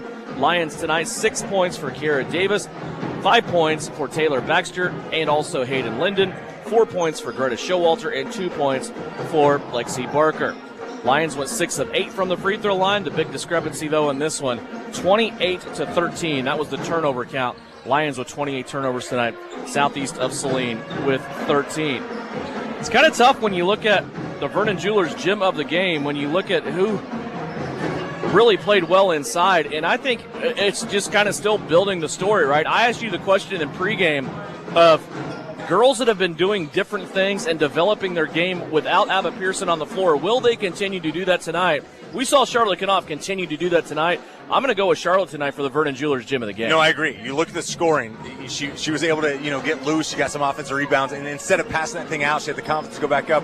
But again, it's that structure that she's giving you down low defensively that lets your guards kind of go out and eat a little bit more. It's, it's a huge football time right now. If you're watching NFL or college and you talk about defensive line, look at your defensive lines like a Reese Heinrich, Kaya Samuelson, just people that can go out and they can go eat because they know if they get beat, you have a good secondary. We'll allude to the secondary right now. There's Charlotte Knopf. She's going to wipe shots off. She's going to make sure she's in the right spot. She continues to work. You often see the Southeast team haven't had a true big. We talk about it all the time without Molly Chitting. We're going back a decade, maybe. I'm not good at math, but that's a long time. But the more and more Charlotte Knopf plays back there, she understands where to be, and just her presence down low does so much. And then we started talking about if a team's going to play in a zone, you're going to see a lot of zone as this season progresses. There's still a huge NCAA league season ahead of you. There's still more regular season games. But I think this team has postseason aspirations. But to do that, you're going to see some zones. There's going to be nights that you're not hit from the outside. How do you use a Knopf to kind of distribute the basketball? And tonight I think she really got to that flow. She understood which angle to take when she's catching the ball high at the zone. I thought Knopf did a lot of things, more than the scoreboard, more than the rebounding, and more than what her stats are going to show. I thought Charlotte Knopf is very worthy of the player of the game tonight. That'll do it for the girls contest. 74-22, leading scorer Taryn Getz. Charlotte Knopf tonight, the Vernon Jewelers gym of the game, as the Lady Trojans get their 7th victory of the season. We'll turn the corner now. When we come back, we'll revisit a conversation we had earlier this evening with head coach Francis Flax as we get you ready for the guys contest. It is coming up in 9 minutes. Southeast of Saline hosting Lyons right here on KINA. APAC Kansas Incorporated has been building the Heartland from the ground up for over a century. From the supply of aggregate materials, hot mix asphalt, and concrete to the construction of roads and bridges, we do it all. You've seen our trucks, and now we want to hire you. APAC in Salina is growing, and we are hiring for all positions. From truck drivers to mechanics, general laborers, and construction, APAC has your next career. For more details, visit the job links page at salinapost.com. Great pay and benefits. APAC is an equal opportunity employer. Frisbee Construction is a service organization for the commercial grain industry dedicated to giving you the best in planning, the best in quality, and the best of workmanship, and overall the best value for your dollar since 1949. Frisbee Construction specializes in new construction as well as remodel and repair of grain handling facilities throughout the Midwest. Frisbee Construction Company in Gypsum has emergency crews available as needed. For more information, go to frisbeeinc.com. This is Trojan Basketball on KINA. And our score here at the break, Lady Trojans of Southeast of Saline, 9 different players have found the scoring column so far on their way to a 46-11 halftime score. Time to catch up on Southeast of Saline Trojan basketball. Head coach Francis Flaxen. Boy, Coach, a big victory for you on the road Friday at Minneapolis, 52-45, and there's a lot of good things to talk about in this game. We got to talk about Tiernan Potocik, though. For the second year in a row, he hits a half-court shot. This was longer than half-court. Last year was right around half-court, right in front of the scorer's table. What a lot of people didn't talk about, though, he almost hit one at the end of the first quarter. I don't know what is it about that gym, but Tiernan's dialed in from long range, isn't he? You know, I never said a word to him about it either. And we never mentioned it in practice or after the game, anything. We just let it ride. Yep. But it isn't because he don't shoot some of those in practice at the end of practice. Yeah. First of all, I want to apologize for not getting out of there, but we don't get that many wins, and we had a lot of positive things to talk about, and I didn't get out of the locker room in time to get up here. For the first time in really all season, you had 3 scoring threats that all hit double digits and a well-rounded scoring game, honestly. Tiernan Potocik was 17 in that game, Adam Teal with 15, and they came in much different ways, too. I thought Tiernan also did a good job sharing the basketball, getting inside of their defense, and making that extra pass for easy buckets. Yeah, his penetration paid dividends in that game for us because he was able then to, if he didn't shoot it, to dish it off right under the basket, and it led to at least 4 easy buckets that I can think of, 4 layups. I think maybe the missing key that we've been talking about, and a guy that we would like to see consistently in double digits, was Hendricks Lund. He had 10 points and played well in this game. Yeah, he did play well. That's one of his better games since the very beginning of the season. But we need that consistently, and you and I talk about that every time we're on here. Mm-hmm. We've got to develop some consistency, and he's one of those keys that has to come out and do this game in and game out for us. How do you feel like you guys played on defense? You went the whole fourth quarter, did not allow Owen just to score. Minneapolis' leading scorer finishes with 12, which is way below his average. I thought you did a good job on Owen all night long, not only keeping him from scoring, but just keeping him from really getting into the flow of the offense and getting others involved as well. Yeah, you know, Isaiah was on him most of the game, and we had him pick him up at the, as soon as he caught the ball, and made him bring it up under pressure. So the way he scored, though, is something that we have to correct. After he shot and missed, he got his own offensive rebound and put it back in. Yep. Didn't make any difference where he shot it from. He was on the move. That's it. The shooter knows where it's going to miss. Mm-hmm. So, and he's one of those guys that just goes after it, where most people stand around and watch and hope somebody else rebounds it. Yeah, you wanted a great start out of your guys. That's what you got. Part of that is taking care of the basketball. You led 15-8 at the end of the first quarter, but you didn't make your first turnover in this game until about 2 minutes into the second quarter. And that was part of a little bit of a drought you guys went through that second quarter as well. Took you a while to score there. Those things come and go. That's basketball. You know that. We've been around this sport a long time. But, boy, it's just sometimes it's frustrating when you get off to a great start like that, then all of a sudden here comes that brick wall and the other team starts creeping back in. It was about 4 minutes that we didn't score in that second quarter. And then once we got rolling, we scored a decent amount of points to finish out the half. So, yeah, it's just a deal where you want to have a really good possession, your first possession of the second quarter, or after any quarter. We could talk about perseverance of your team, too. Minneapolis actually went on a 9-0 run, took a 2-point lead there, but your guys came back. You were able to put a good cap on it in the second part of that second quarter. You go into the locker room with a lead. That three-pointer at the buzzer doesn't hurt. You would have had a lead anyway. You led by 5 at the end of the first half. But all in all in this game, though, I think, you and I talked about Minneapolis. They're not a bad team. They play hard. They had a good victory against Lyons last week coming into this game. It's a good start for your team to start building on something bigger. Yeah, it is. And this is an important stretch for us. We've got tonight here at home. We've got Friday night here at home.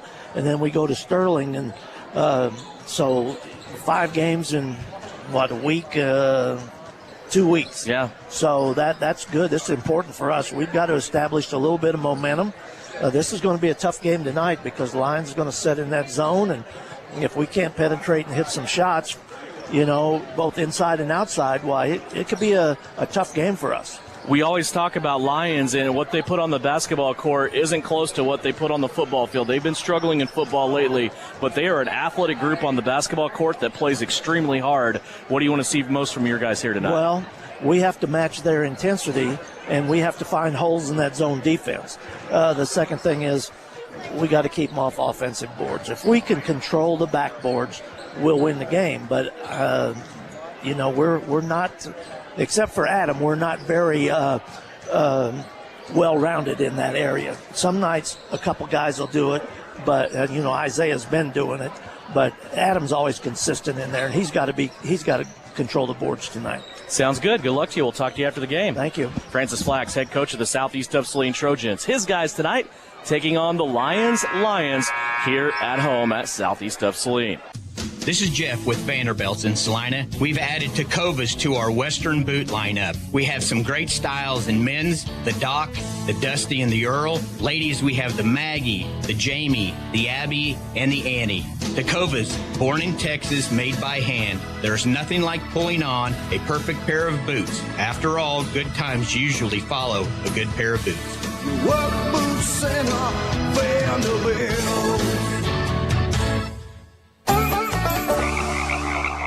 Lily Pad Septic, this is Callie. How can I help you flush today? My toilet sounds like a baby gurgling. Nothing's draining, and it's 5 degrees outside. Sir, I just had a baby, so I know that sound. But I bet your septic line's frozen. Cole, we got a gurgler. On it, Callie. Flush the freakishly fast rock. I'll be there in a splash. Sir, your pipes are tighter than a diaper ready to explode. So there's no toddler in my toilet? Nope, just ice blocking the line. No flow, no go. Can't I just pour hot water down the toilet? Only if you want warm sewage. We need to thaw the line and pump your tank. I gotta get back and tell Callie. Flush! What's the baby's name? Weston Cole. At Lily Pad Septic, we guarantee to inspect your septic system within 24 hours. Or your next pump out is free. If you need a flush in a rush, call Lily Pad Septic. Lily Pad Septic.com. We'll be there in a splash. I need a kiss. Salina Surgical Hospital is a high-quality surgical facility with a comfortable and home-like atmosphere. Together with our community's greatest doctors, we are committed to a patient care model where exceptional satisfaction is the norm and every patient feels like they are treated with respect, dignity, and compassion. Salina Surgical Hospital is partially owned by a group of local community-involved physicians. Talk to your doctor about scheduling your next procedure with us. Salina Surgical Hospital. Your voice, your choice. The following is a presentation of Eagle Radio and KINA Sports. Trojan basketball is on the air. This is Countdown to Tip-Off for Southeast of Saline basketball on KINA Sports. Coming up, you're going to get a full preview of area games, analysis on this matchup, and keys to a Trojan win. Now let's head to the gym for Countdown to Tip-Off right here on KINA.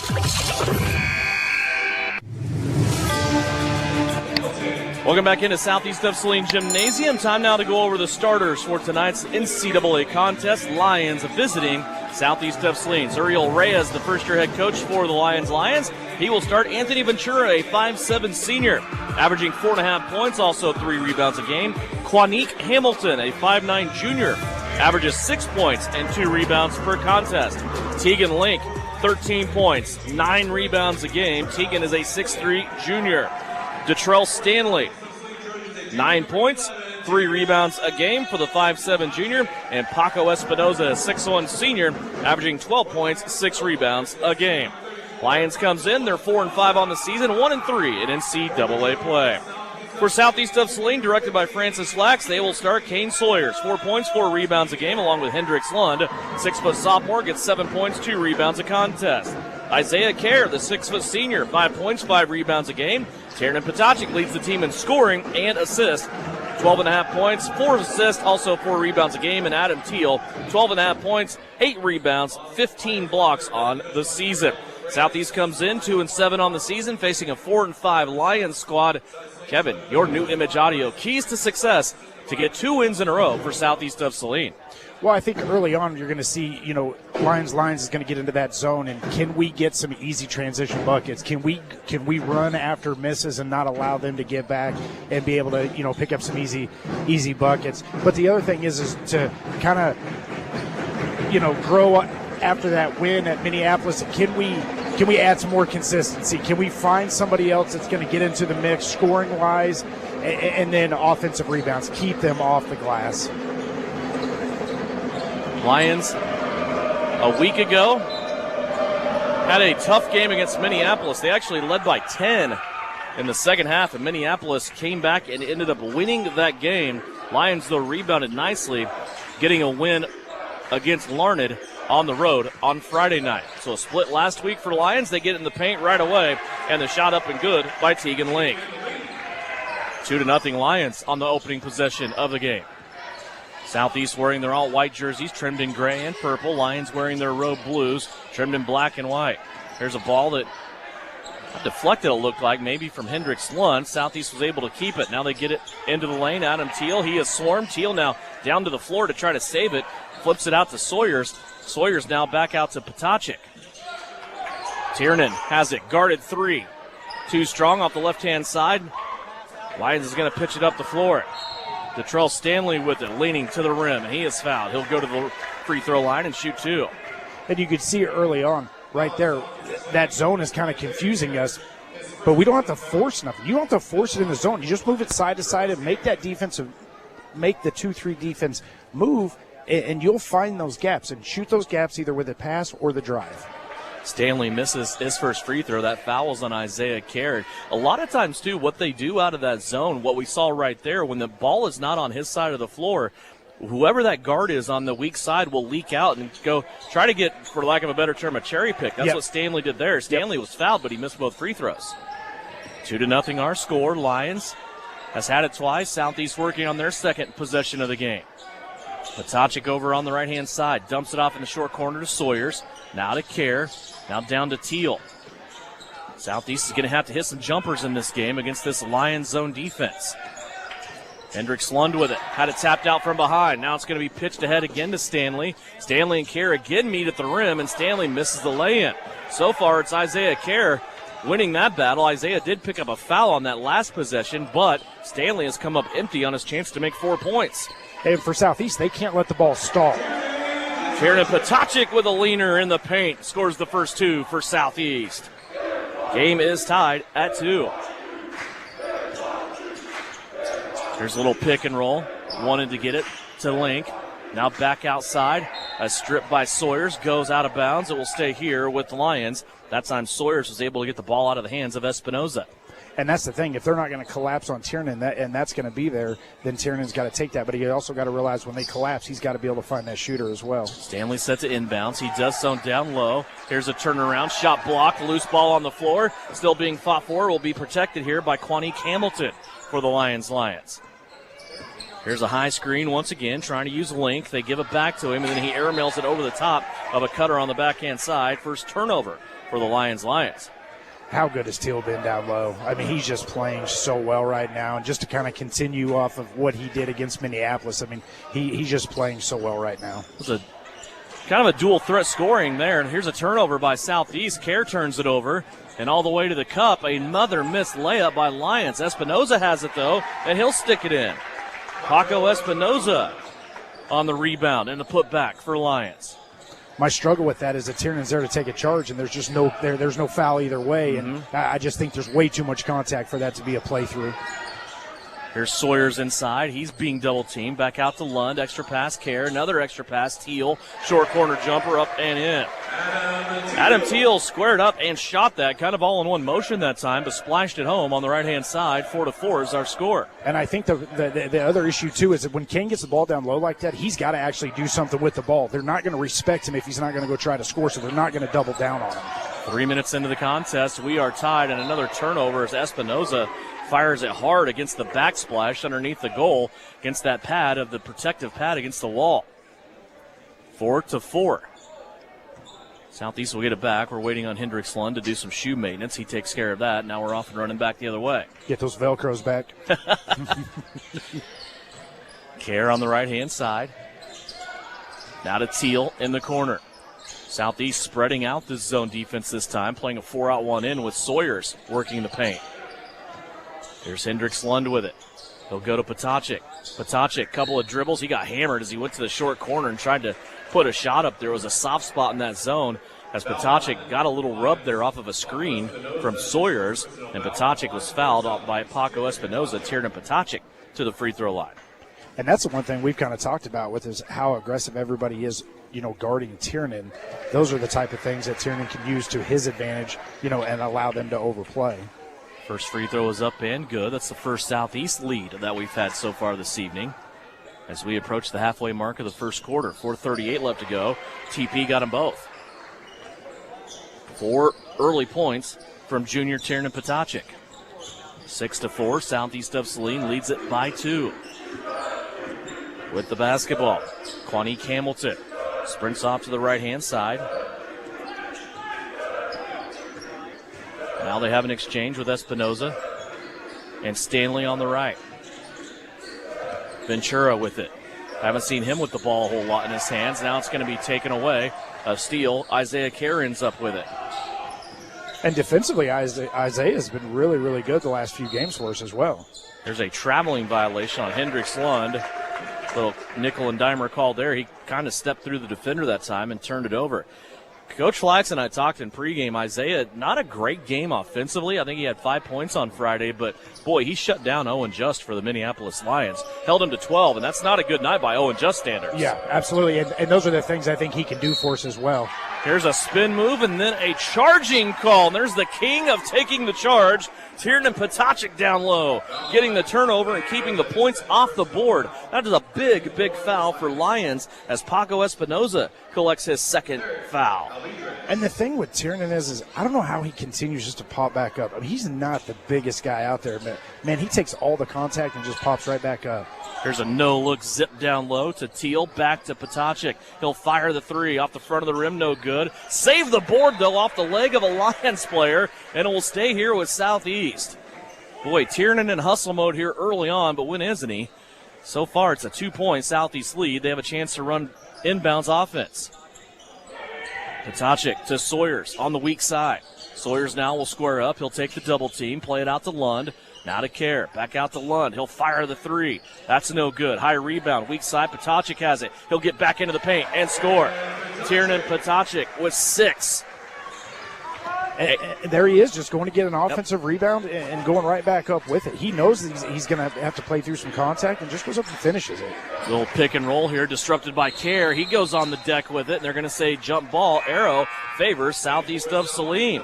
5 turnovers for Lyons as Isaiah Kerr that time sunk in, was able to get his hand in the passing lane. And I've always said with kids that, if they don't score, what can you do defensively if your scoring's not happening? What can you do defensively? And right now, Isaiah's just not scoring very well for us, but defensively, he's just he's a menace. Lyric Lilly into the game for the first time. Hendricks Lund checking out as Francis Flax and his coaching staff start to use that short bench. Trenton Douglas, Joe Ross helping out on the bench with Coach Flax this year. Here's a three-pointer. Isaiah Kerr, just as we're talking smack about his offense, Isaiah sticks in a 3. That's a 7-point Southeast lead. That's one of those challenging things. You challenge the kid and he proves you wrong. I'll talk bad about him all day as long as he scores. Here's a three-pointer now by Lyons. That's no good. Rebound by Tegan Link. Lyons came back to the paint. They throw it out, and a shot that is up and good by Derek Alvidrez. His first basket of the night. Teal, one-on-one, down low with Link. And Teal turns and scores. Adam Teal with 4 points early on. And you can see right there, Lyric, he gave a pump fake, and the defense went with the pump fake and left Adam wide open down low. Beautiful look down low to help Adam Teal get into that one-on-one move.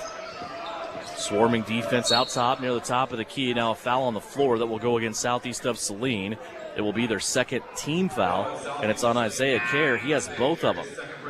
So as much of the asset he is defensively, Coach Flax will have to start monitoring Isaiah Kerr now with 2 fouls early on. Kane Sawyers has checked out of the game. Tristan Swank in for the first time. There's a floater. Shot at the rim. Empty for Anthony Ventura. Rebound, Adam Teal. Here comes Southeast back the other way, leading by 7, 1:43 left to go. Here's a pass, whipped down low. Lilly to Swank. And now Potacek. He tried to get it back to Tristan Swank, mishandled it, but he saves it out to Kerr for 3. That's no good. Teal with the backside rebound. Out to Lilly for 3. He got it and he's fouled. 4-point play opportunity coming up for Lyric Lilly. And just the chances to score that time for Southeast of Saline as Lyons unable to secure the defensive rebound. And it will lead to a 30-second timeout before the free throw attempt from Lyric Lilly. 16-6 is our score. It's a 30-second timeout. We will step aside quickly. Trojan basketball here on KINA. At Maury Clinic Sports Medicine, we are available when you need us most. I'm Dr. Andrew Westbrook, and I am the sports medicine physician at Maury Clinic. I see patients of all ages and help them come back stronger than ever. From broken bones to joint pain, my team and I are committed to help you do more. For those with sports injuries, come see us at our sports medicine walk-in clinic Monday and Thursday mornings from 8 to 9 a.m. Prevent, recover, and strengthen so you can perform your best. Maury Clinic Sports Medicine. Make your move with confidence. You're listening to Southeast Trojan Hoops on KINA. Southeast with multiple chances to score that time, just storming on the offensive boards. It ended up on a guarded three-pointer by Lyric Lilly that went in. Lyric was also knocked to the deck, and now he is at the line trying to make it a 4-point play, and he does. 4 points now for Lyric Lilly on that single play. Foul went against Anthony Ventura. And I was kind of wondering if we would pick up some, three-quarter court press on Lyons just to see if they could handle it, and we started to there and just backed off. Here's a runner at the paint and a foul up top. Boy, I thought Adam might have had a clean block there, but they're going to get Teal for the foul up high. Third team foul against Southeast of Saline. Adam Teal, it's his first. And stepping to the free throw line for Lyons is Quanique Hamilton. An 11-point Southeast lead, and that happened pretty darn quick. Yeah. Hamilton a chance to get 2 free throws here. Cans the first. His first point of the night.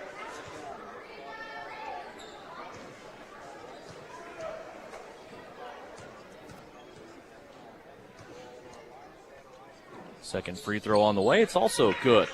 So Quanique Hamilton puts Lyons as a team back at 500 from the charity stripe so far in this quarter, 2 of 4 from the line. Back to a 9-point Southeast lead. Lund with it. Now to Potacek. Tiernan getting in that short corner again. Puts a shot up. That's no good. Battle for the rebound. Swank has it.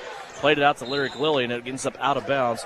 It will play off of Lyons last and stay here with Southeast of Saline on their offensive end. And you can see Hamilton is just glued to Tiernan right now. He is following him everywhere he goes, so they're trying to screen him just to try to get him an open look. Here's the inbounds. They'll go back to Lund, who was the inbounder. Now he's going to be bottled up. He'll find Lilly in the middle of the floor. Lyric will swing it, turn it back around to Potacek. Potacek floats it high post to Hendricks Lund, and Lund started a move, and I don't think he knew exactly where he was going to go, and that ball ends up out of bounds. It's a turnover for Southeast of Saline. Francis Flax thought it was deflected, but they're going to give it to Lyons. I thought the same thing. 17-8, 37 seconds left to go here in the opening quarter. Here's Potacek in a big collision with Stanley at the timeline. The official lets him play through with no whistle. About a 7-second difference between shot and game clock. Here's a bounce into the high post. Now they go to the backside. A drive and a shot that's blocked by Teal. He's the team leader in blocks. He got another one there. Lilly off and running down the left-hand side. Goes to the opposite side of the floor. Out to Hendricks Lund. Ends up back with Lilly. He'll try another 3. Off the back of the rim, it won't go, and a rebounding foul will be called down low. This against Lyons with 4.5 seconds left to play. Derek Alvadires. Potacek, 4.5 seconds. He's the inbounder. Lob pass up high to Teal. Ends up with Swank. Tristan can't get it to go down. Now the scrum for the basketball, and it goes out of bounds with 0.2 of a second left. The Lions will have it, and not much time to do anything here. And they will throw it down the floor, 17-8. Our score at the end of 1. Southeast of Saline Trojan basketball with the Trojans leading by 9 is brought to you by Lily Pad Septic Service and Portable Restrooms, serving not only the Salina area but all the way down through the Lyons and Hutchinson area. Call Cole or Callie if you need an appointment today. Lily Pad Septic Service and portable restrooms. 17-8, Southeast of Saline, leading it by 9 at the end of the first quarter here on KINA. Insurance is something we all need in our business, home, car, and life. But do you really understand what's covered? And most importantly, what you are paying for? Hi, this is Rob Carlson in the Salina office of Smart Insurance. Change is good, especially if you haven't looked at your insurance policy lately. I can help you understand what you need and where the gaps are in your coverage. We provide free quotes and take pride in looking out for you. Smart Insurance, with locations in Salina, Abilene, and Harrington. Give us a call today. When the time comes to honor a life, Hire Scott Mortuary in Salina is here with care, compassion, and guidance every step of the way. Celebrate memories, cherish family, and find comfort in tradition. Hire Scott Mortuary, celebrating life, embracing legacy. During the winter months, we all rack up a lot of miles, especially following the SES basketball and wrestling teams. Isaacson Truckline is a proud supporter of the Southeast Trojans and wants to remind everyone to be safe on the roads this season. For local and long-haul service of freight and livestock, call Isaacson Truckline. You're listening to Southeast of Saline basketball on KINA. Lyons starts out with the basketball. Here's a shot put up. That's no good. Good block out there by Twiston Swank on the backside, and he will take custody of the rebound. Quickly down the floor, Sawyers turning around. His shot crawling home. Kane Sawyers gets his first bucket of the night. And I think there for Kane, it's so weird to see him go the opposite way. He had an easy way to go, and he kind of went the opposite way and fade away, and it went in. Those are kind of some of the things that he's got to establish himself down low. 19-8, our score. Lyons driving to the bucket, and a foul will be called, maybe reaching in from the backside. They're going to get Tiernan Patacic, and that is his first. And see right there defensively, I want to see Kane take that charge. He doesn't need to play with his hands there. Just take that charge there, and it keeps that foul off of Tiernan's back. To the free throw line, Quanique Hamilton. He's got 2 points. They came from the line earlier in this game in the first quarter. First free throw on this trip, his third of the game, is no good. El Saline Lady Cardinals got their second win of the season tonight. They beat Hutch Trinity 53-49 as we check the area scoreboard. Marysville beat Abilene in girls play 58-47. Hamilton missed them both at the line.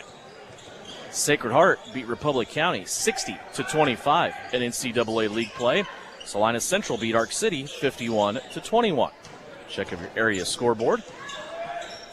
Here's Lily to the cup, left it hard off the glass. Rebound, Tegan Link. Lyons running back the other way. Lost the basketball, went off the leg and out of bounds. 6th turnover of the game for Lyons. Adam Teal will jump up off the bench. He'll come in along with him for Lyons, Anthony Ventura.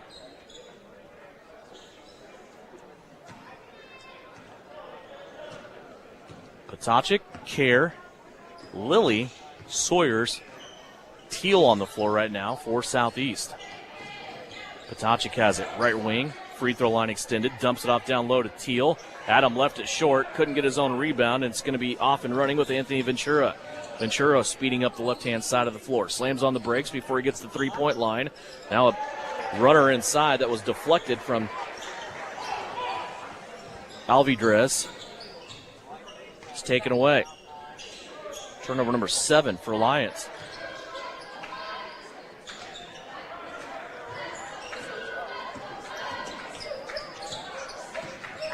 Southeast going through offense here. Patacic with it. Up top. Tries to get in the paint. He is going to be hammered on the left-hand side of the lane. Trying to split 2 Lions defenders, and Tiernan Patacic will go to the line. That's some of the issues when you try to get in there with the spacing and you're driving. You've got 3 defenders, so Tiernan's got to work so much harder to get that shot. Whereas if everything is spaced correctly, he can take that guy one-on-one, and now somebody's got to make a decision. Quanique Hamilton on the foul. That's his first foul of the game. Hendricks Lund will check in. He will replace Lyric Lilly. Tiernan Patacic missed the first free throw. Second one is up and good. 7 points so far for Tiernan Patacic. 20-8. Southeast of Saline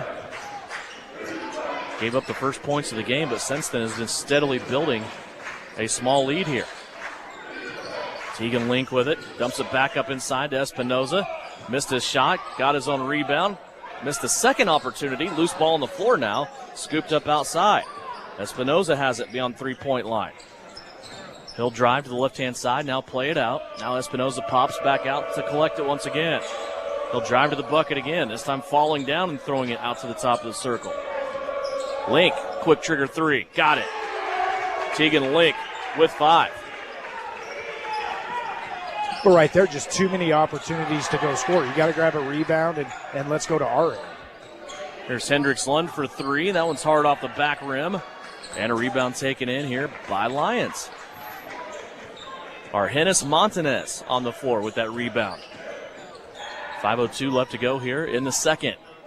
20-11, Southeast of Saline leading by 9. Again, just like the ladies, these two teams will be participating in the Sterling Invitational Tournament next week in Sterling. Game scheduled for Tuesday, Thursday, and Friday. Lions coming up empty there. Another rebound for Southeast of Saline. Adam Till again, right? Yep. You know, just it's a will to want to go get a rebound. Patacic for 3, knocked down. The ref's not buying that one. And Lyons comes down with the rebound. A little bit of a drought here for both of these teams, each of them with 3 points in the second quarter. We're about halfway through the quarter. Link doubles his output. He had the first 3. Now he gets the second 3. All of a sudden, Tegan Link with 8. And a timeout called by Francis Flax. 4:14 left to go. It's 20-14 our score, and a quick timeout, a 30-second timeout as we step away here on KINA. Farmers, it's time to start planning for the 2026 planting season, and Phillips Seed is here to help you pick the best genetics for your operation. From top-performing corn hybrids and high-yield soybean varieties to proven milo varieties and advanced seed treatments, we focus on products that perform where you farm, backed by local testing and proven on-farm performance. Phillips Seed helps get your crops off to a strong start. Visit phillipsseed.com and find us on Facebook or X. Phillips Seed, serving, innovating, growing since 1985. You're listening to Southeast of Saline Hoops on KINA. Almost halfway through the second quarter, 4:12 left to go here in the second, 20-14. Devin Haney, Kevin Lilly back here with you. Nick Garst producing and engineering. Also Brian Dennett providing live stream video free of charge on SalinaPost.com, presented by Lily Pad Septic Service and Portable Restrooms. Southeast going through their offense here. Sawyers has it in the corner. He'll turn, try to drive baseline, but shut off there by Espinoza. Now turned over, stolen away. Argenis Montanez took it away. Now off to Espinoza, and he runs right into Kerr, and a foul called, and the basket counts. Kerr just in the way that time that looked like, and unfortunately for Isaiah, that's going to be his 3rd personal foul. So Espinoza will get a chance at a 3-point play here. And all of a sudden, Lyons has put together a good run. Espinoza's free throw goes in. So Lilly will come in. He'll replace Kerr with those 3 fouls. It's a little 7-0 run here for Lyons. And think about it. Espinoza went out of the game with foul trouble, right? Coach says, hey, we're down way too far. We got to put you back in the game. And he's kind of been the one catalyst to kind of get their offensive rolling and scoring. Southeast needs a bucket here. There's a backdoor cut. Patacic knifes his way back to the rim. He did a complete 360 that time. Threw a couple ball fakes in there on his way around, and he's able to score 9 points now for Tiernan Patacic. And that's one of those mismatches if we want to exploit down low. Espinoza uncorked a 3. That's no good. Here comes Lilly back the other way. 3:12 left to go before halftime. Here's a nice cut by Sawyers. Lilly finds him, unable to get it, but there's Adam Teal on the putback. Southeast has answered the 7-0 run from Lyons with a 4-0 run of their own. Back up by 7. And the thing is every time you give this defense a pump fake, they all run to that pump fake side, and it just leaves a gap wide open in the middle. Here's a 3. Link came up empty on that one. Rebounded by Sawyers. 2:45 left to play here in the second. We'll recap the girls' game coming up at halftime. See if Shauna Smith can join us for a conversation. Here's Patacic off the window, and a foul on Link. Tiernan Patacic with a chance at a 3-point play. And I know Coach Reyes doesn't like this, but that is almost the same exact play that Isaiah Kerr got involved in on the other end. It was a little bit of continuation. Yep. They let it go on one end. They called it the same on the other. Consistency, that's all we ever asked for, right? So Tiernan has a chance here at a three-point play. Tegan Link takes his first foul of the night, and Tiernan splashes the free throw home. Three-point play mission complete. Tiernan's having a big third quarter here with 6 points. Here's Espinoza getting all the way to the paint and scoring. Paco Espinoza with 5 in the period. And that's what's frustrating is he took the ball from court to court and nobody could stop him. Went by 3 Southeast defenders and nobody wanted to guard him. Inside, beautiful pass by Lilly. It's going to be a 2 opportunity, up and good by Hendricks Lund. Missed the first, got the second on the putback as he stuck with it. And that's an offensive rebound, right? Yep. 29-19. Got to pad those stats sometimes. That's right. Espinoza with it up top. He'll pass it over the top of everybody. Here's a three-pointer that's put up. That's missing from Lyons. Lilly with the rebound, had it stripped from behind. Tegan Link was able to get it away from him, and Lyons is going to get a free 2 points out of that. Anthony Ventura gets the bucket to go in. 29-21. Still an 8-point Southeast of Saline lead. There's Lilly driving to the basket, runs right into Link. That ball comes off hard, no good. A rebound back the other way. Ventura has it. Now in the hands of Espinoza. 1:27 left to go before halftime. Espinoza, 2 dribbles to his left. Free throw line jumpers, an air ball. And it was saved off the back of the backboard. Whistle dead. It'll go to Southeast. 79 seconds left to play. Well, and you just want to see them kind of close this last minute out, like not a bunch of silly turnovers and stuff like that. Run some quality offense and maybe get a couple of buckets. Well, you took a 7-0 run, then you came back with one of your own. Now you see who has the advantage in the last minute, right? Yeah. Pass down low to Hendricks Lund. He was fouled on the floor. That foul will go against Detrell Stanley, his first. Both teams have at least a foul to give here in the last minute of this second quarter. Lilly has it up top. Now to Sawyers. Potacik wants to drive baseline.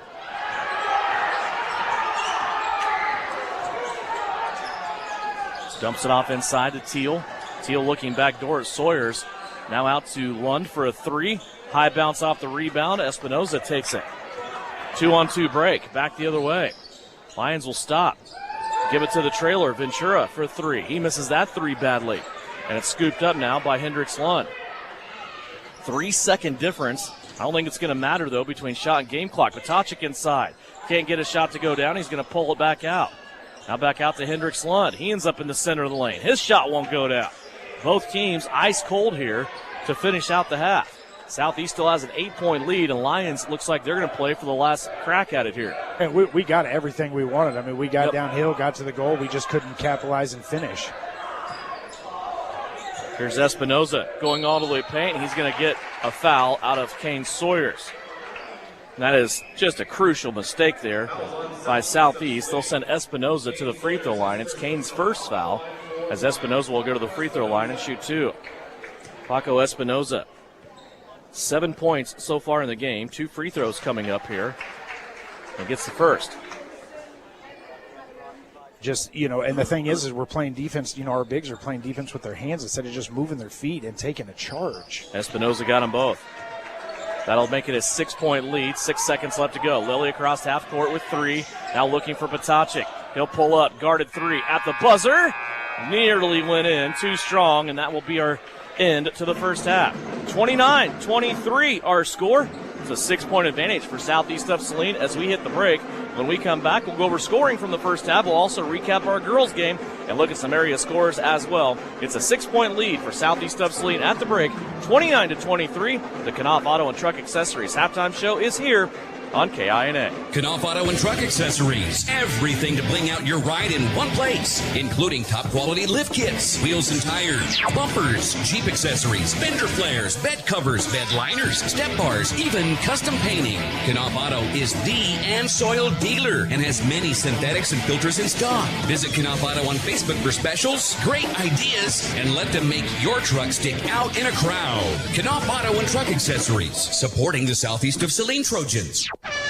And the second free throw is good. The Trojans have called timeout to make some important decisions. Hi, fans. It's Winnell Garrettson from Salina Homes. In every game, there are lots of options to make the right play. And in real estate, the plays can be challenging. Whether you're a first-time buyer, upsizing for the family, investing in rentals or commercial property, or selling land, I have the knowledge to help you win your real estate game. It's sure to be a slam dunk when I serve as your realtor. Buy or sell, call Winnell. This is the Trojan Halftime Report. Coming up, a first half recap. Shot at the horn! Stats, interviews, and a look at other area games. Now, let's get back to the gym for Trojan Halftime on KINA. Back here at Southeast of Saline, 29-23 is our score. The Southeast of Saline guys leading it by a half a dozen here at the break, 29-23. Time now to look back and recap our girls contest from earlier tonight. It was a big offensive output for Southeast of Saline, 74-22 the final, and Shauna Smith joins us now. And boy, this was a good one here for you in this game. You got it going early and often on offense, and you were able to go against a zone defense, and I like what you did with the zone. I saw this develop here over the last week or so. It looks like, though, your girls are understanding maybe more of an objective from you to work that high-low a little bit more against the zone, seeing more not only from the elbows down to the blocks, but also cutters on the backside, working the zone. And I thought this Lyons zone was a perfect workout for you tonight to kind of keep that going and enhance that. What do you think about your offense tonight against the zone defense? I thought we did a good job working half court because really it feels like, last Friday night was the first time we've seen a zone for almost like a complete game. And so I feel like we kind of were a little rough with it. So I thought we did a good job tonight kind of exposing some things that maybe they didn't do real well in their zone. So I thought we did a good job, like cutting and things like that, like going that high-low look and whatever. Sometimes when you're going against the zone, you have the tendency to stand around, right? You see the defense not really moving a whole lot. You want to stand around as well. I thought Reese Heinrich and Abba Pearson set the tone early on. There were some gaps in there, and somebody would get the ball on one side, and you see a guard or maybe an offside player shoot through there and get an easy bucket off the glass. And early on, I thought you guys were able to kind of decipher what was going on. I agree. That's when we talked about when I think a timeout was called and whenever, so there was a lot of openings. Let's hit that extra pass there. That we missed them, but we also gave some good passes also. But there were some cuttings, finding the openings there. So I thought we did a good job with that. 11 of 15 from the free throw line. I know that's big the way that the free throws have been going lately, so that was a good spot for you at the free throw line to be able to hit those. It's always fun to have games where everybody gets in and everybody scores. But I thought you guys did a good job across the board. The girls that came in kind of stuck with the objective. They stuck with the game plan. We saw them do some of the same things that you've been working through on varsity. Yeah, we kind of talked about at halftime staying focused with the game. I thought we did a pretty good job with that. There's only like about a couple minutes there, like you said, maybe the second quarter where we maybe weren't focused there, but sometimes that is pretty hard to keep that focus going for you. But I thought we did a pretty good job with that. And then everybody that came off the bench there came in and, like you told them, come in and want to score when you come in there.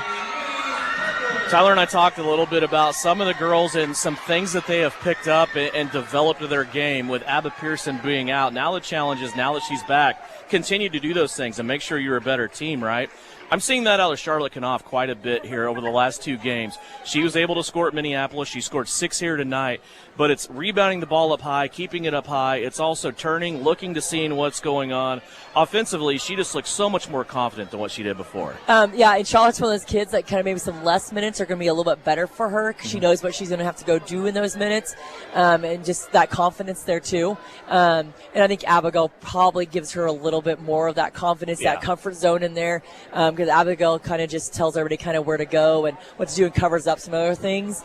So I think that probably will give Charlotte like a little more confidence there. And then we talked to her, about Minneapolis when she had that putback. That's exactly what we needed out of her. And so she had a couple of those tonight that she did. Eliana Smith came in and had a good game for you, too, as well. Yeah, she came and come off the bench there, and she can get up and down the floor and can get rebounds for us. So she can come in and do those things.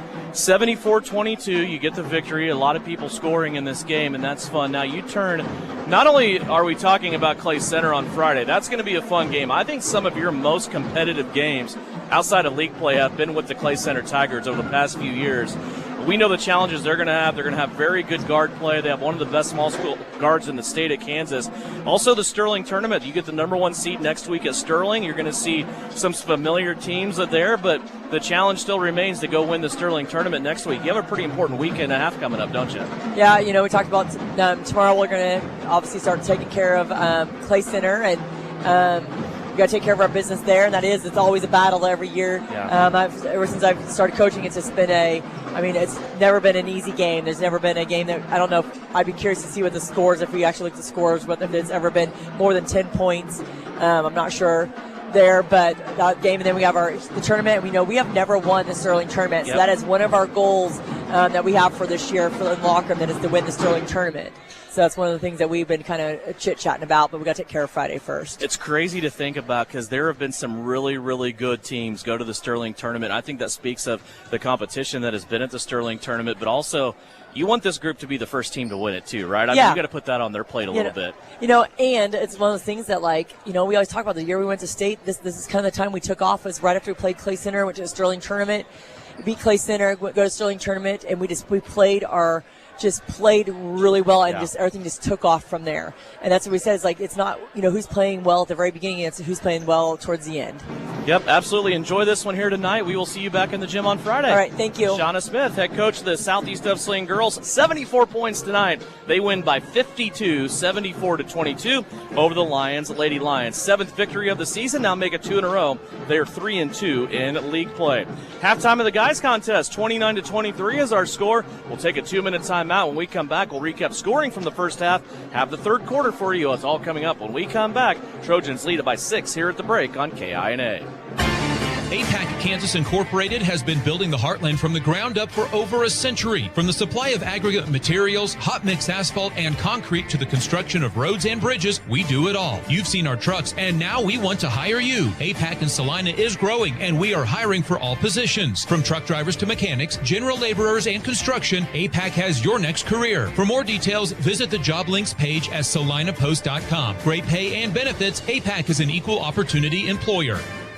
Hi, this is Angela Gephardt from the Bank of Tuscan, and I'm still cheering on SES Trojans. Just like a great basketball team, we're here to assist, pass, and score big with you with our lineup of winning banking products. Whether you're looking to save with our traditional high-yield savings account, earn with Kasasa-free checkings, or secure your future with competitive loan options, we've got the tools to help you slam dunk your financial goals. Stop by one of our branches or visit Bank of Tuscan to learn more. The Bank of Tuscan, member FDIC. Winter travel can be treacherous if your tires are worn out. Stay safe with an inspection at Commercial Tire Company. Cold weather also drops the inflation in your tires. Get them checked today to avoid losing grip or damaging your tires. Commercial Tire will help keep you safe. For repairs that aren't tire-related, our automotive and diesel mechanics will fix it right the first time. Commercial Tire Centers, West Crawford and North 9th, Salina. Commercial Tire Centers, where service is everything.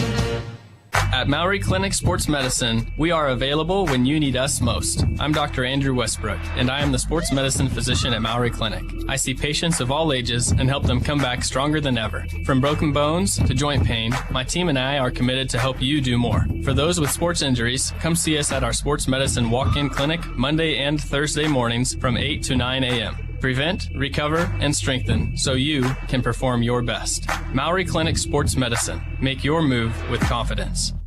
This is Trojan Basketball on KINA.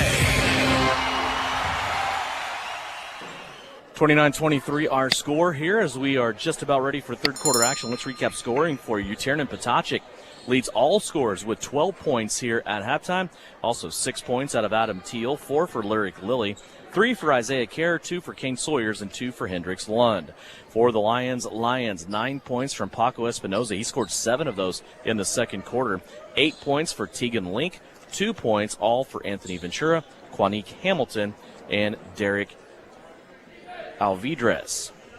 29-23. Southeast Dove Saline 5 of 6 from the free throw line. Lions is 5 of 9. Lions has 7 turnovers. Southeast Dove Saline with 4. Kevin, what do you want to see here? Your new image audio keys to success here for Southeast to keep at least the 6-point lead. Yeah, I think it's just it kind of comes defensively. Our closeouts haven't been very good on shooters and some turnovers there at costly times. if we can clean up a couple of those things, I think we're going to be okay in the second half. Turnover on the first possession to open the half here for Southeast of Saline. Lyons will have it. Dancing off to the right-hand side. Now Espinoza pops to the top of the key. He'll take the three. That's no good. Battle for the rebound, and Lyons will keep it on their offensive end. And right there is a key, right? You know, that Adams the only one down there rebounding, right? We've got to rebound as a group.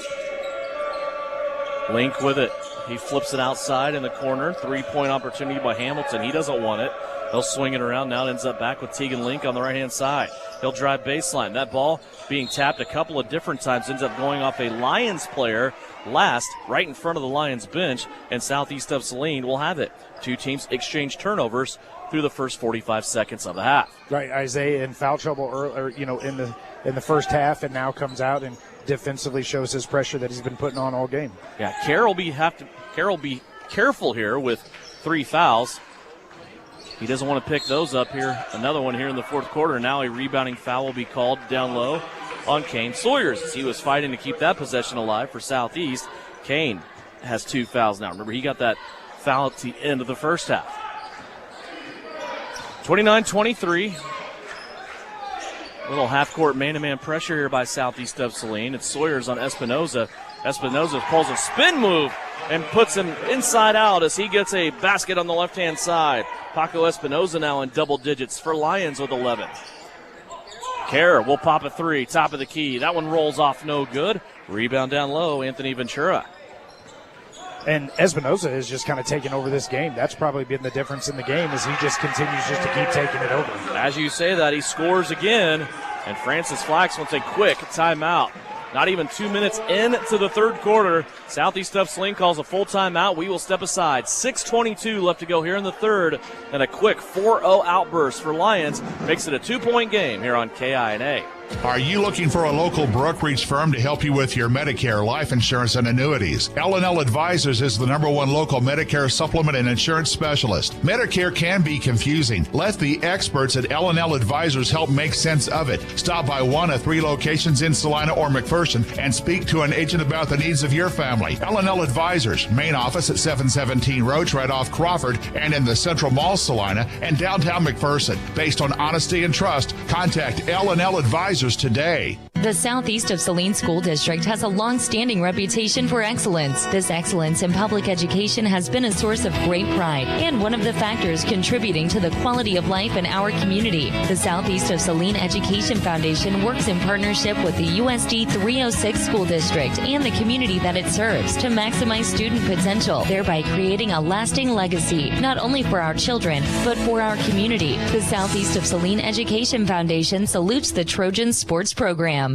You're listening to Southeast Trojan Hoops on KINA.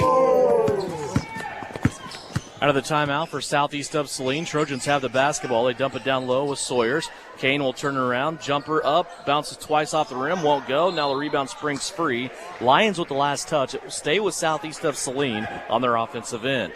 And for me, that's a great shot from Kane. Like, those are the shots that I want to see him taking. Be aggressive when you get it down low. Adam Teal with it. He'll swing it around. Lund with it. Now back to the middle of the floor with the dribble. Kerr in front of the Southeast bench. Just a 3-guard game of catch right now around the perimeter.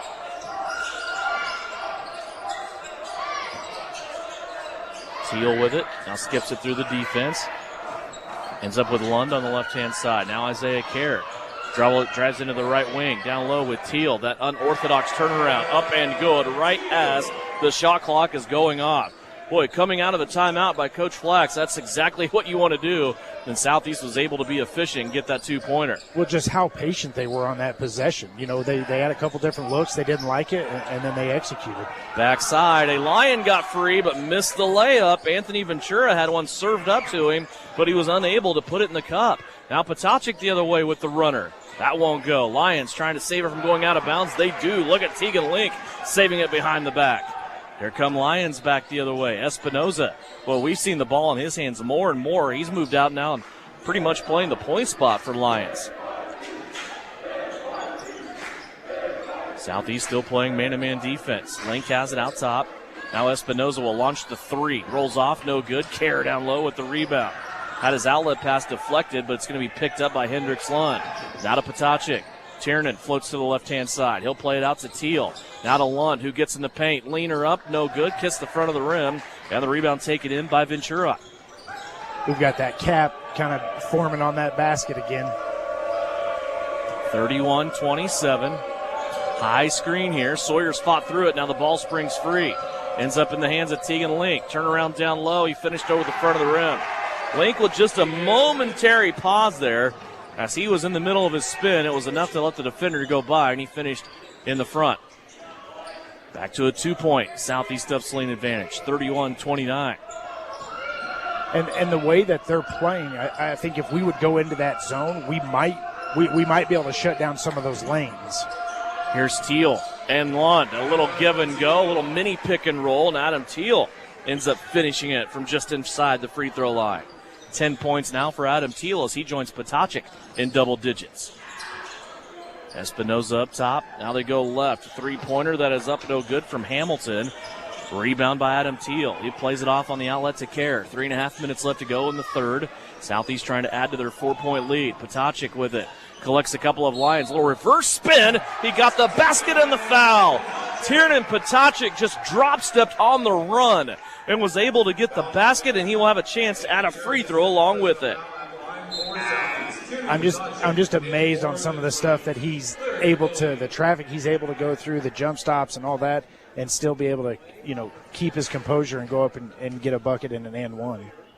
Free throw on the way, left it short, and Lilly down low will get called for the foul. Not sure I saw that one as everybody's jumping up with their arms extended. And a rebounding foul will be called on Lyric Lilly. That's his first. Yeah, I'm kind of dumbfounded by that one because all three guys on that side were going for the ball. 35-29. Southeast leading it by 6. Espinoza gets another one off the board. Boy, Southeast is going to have to do something with Paco Espinoza. Well, between Espinoza and Link, that is their offense. There's a little fade away off of a hard pass by cutting Adam Teal. He can't get that to go. Now Lyons has it back. Inside with it. Underhand pass. Right into the hands of Tegan Link, who scores. 12 points now for Tegan Link. Back to a 2-point game. Lilly with it. Now to Potacek. Tiernan trying to finish up high. Can't get it to go. Got his own rebound somehow, and he'll finish. Tiernan Potacek fighting his tail off inside to get points and to keep Southeast out in front. 16 points now for Tiernan. He just continues just to keep going. He's like the Energizer Bunny, man. He just keeps going and keeps going. I was going to say, man, I'd like to go through one day with his juice. Yeah. Here's Sawyers now. Him and Teal tag teaming a Lions player down low. They were able to strip the ball and get it free. And now Potacek looked like he was going to try to pick it up and fire a pass. He got caught with a double dribble, and that's the second turnover for Southeast of Saline. Tristan Swank will come in. He'll replace Kane Sawyers. 1:58 left to go here in the third. I think it's for me. I think that zone takes their best options away and forces them to maybe shoot those outside shots, which they haven't been very successful with. Southeast 37, Lions 33. Final 2 minutes of the third quarter. It's been a good one. We knew it would be coming into this game. Now Lions saving one, giving Tiernan Potacek a little bit of his own medicine, though. He's so good at that. Detrell Stanley saved it off his chest and out of bounds. We'll stay here with Lions on their offensive end. Bounce pass in to Tegan Link. Now a skip through everybody to Stanley. Stanley looking back in. Nothing there, though. We'll play it back out to Espinoza. 7 on the shot clock. Espinoza wants a reset. Guarded by Teal. He goes left-hand side to Link. Three-pointer on the way. No good. And the rebound taken in by Southeast. Now ball on the floor. Southeast lost it. And it ends up in a foul that will send Lions to the free throw line. Boy, Quanique Hamilton just really never left that fray. Ended up with a basket opportunity. Missed it, but he will step to the stripe. 2 free throws coming up for Quanique Hamilton. He is 2 of 4 from the line in this game.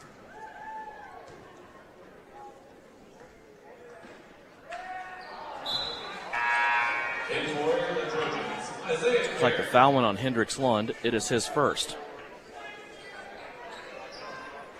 Lund will come out of the game.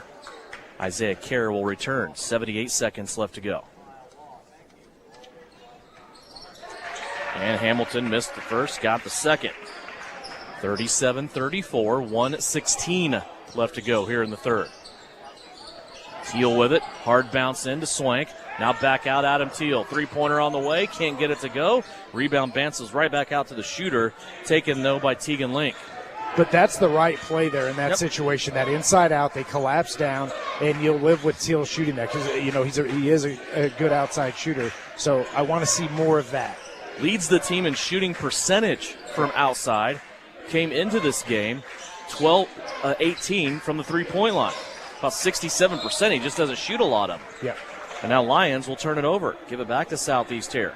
And I think that's when we're at our best offensively is when we don't force it, one. But two, that inside-outside game has been good for us. 37 seconds left to go. Patacic.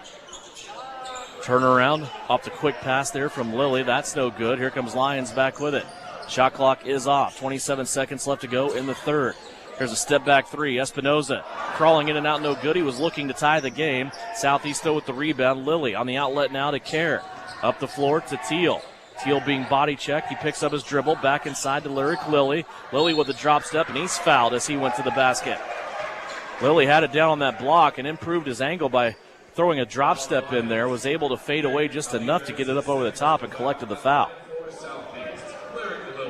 2 free throw attempts coming up for Lyric Lilly with 10 seconds left to go here in the third quarter. His brother will tell him he got bailed out there. That's what that was. Of course.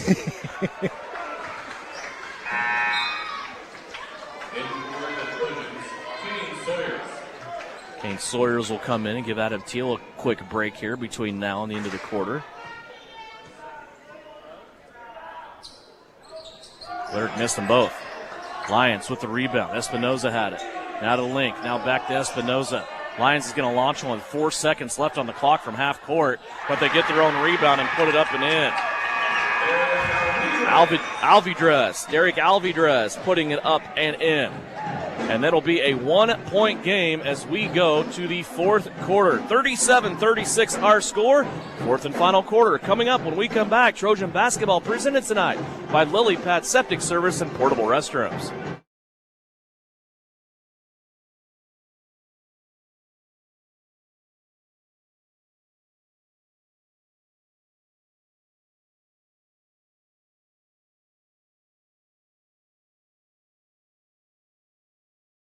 Lines frozen. Cole, we got a gurgler. On it, Callie. Flush the freakishly fast rock. I'll be there in a splash.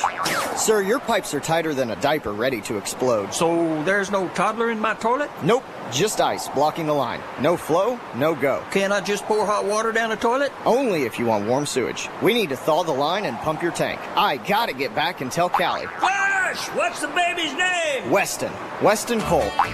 At Lily Pad Septic, we guarantee to inspect your septic system within 24 hours. Or your next pump out is free. If you need a flush in a rush, call Lily Pad Septic.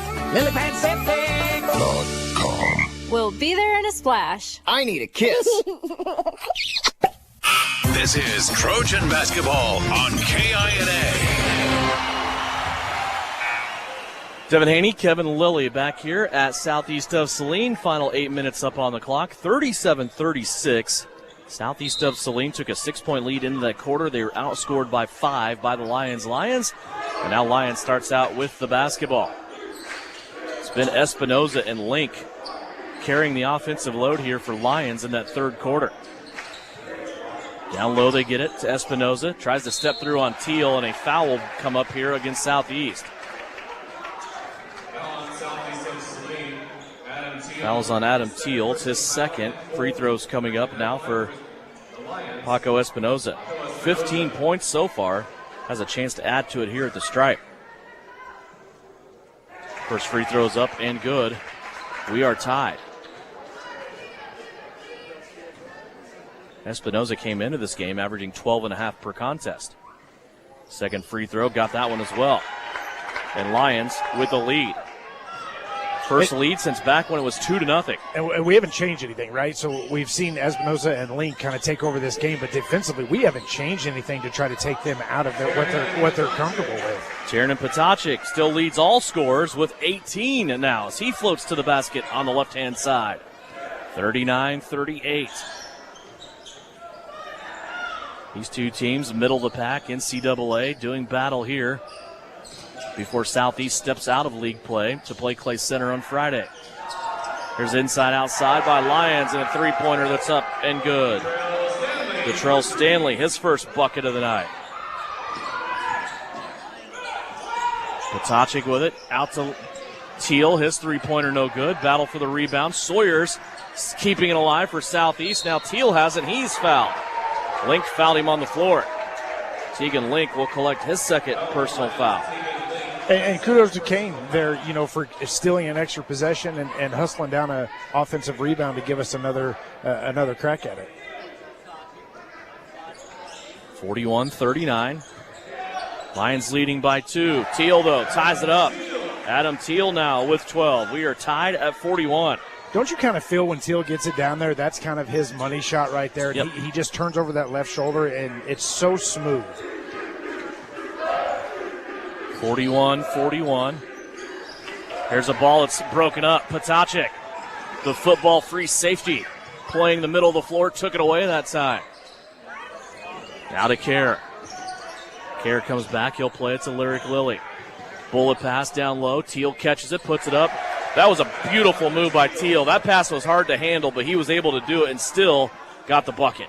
That's those wide receiver hands for you there, right? Boy. Go down and get it. 14 points now, back-to-back scores for Adam Teal, and he's going to get a silly reach-in foul here. Francis Flack's just asking him why. Why do you need to do that? Adam Teal has just picked up his third. So Kerr and Teal have 3. Kerr's been sitting on those since way back in the second quarter. Yep. Nobody has 3 or more for Lions. 43-41. Southeast of Saline leads it by a bucket. Lions having trouble getting it in here. They finally do so to Tegan Link. 6 minutes left to play. Now back down low on the block. He'll play it back out to Ventura. Now Espinoza will come out and get it. Espinoza and Teal, that battle's heating up. Those two playing one-on-one on both ends of the floor with each other. Lions taking time here on this possession.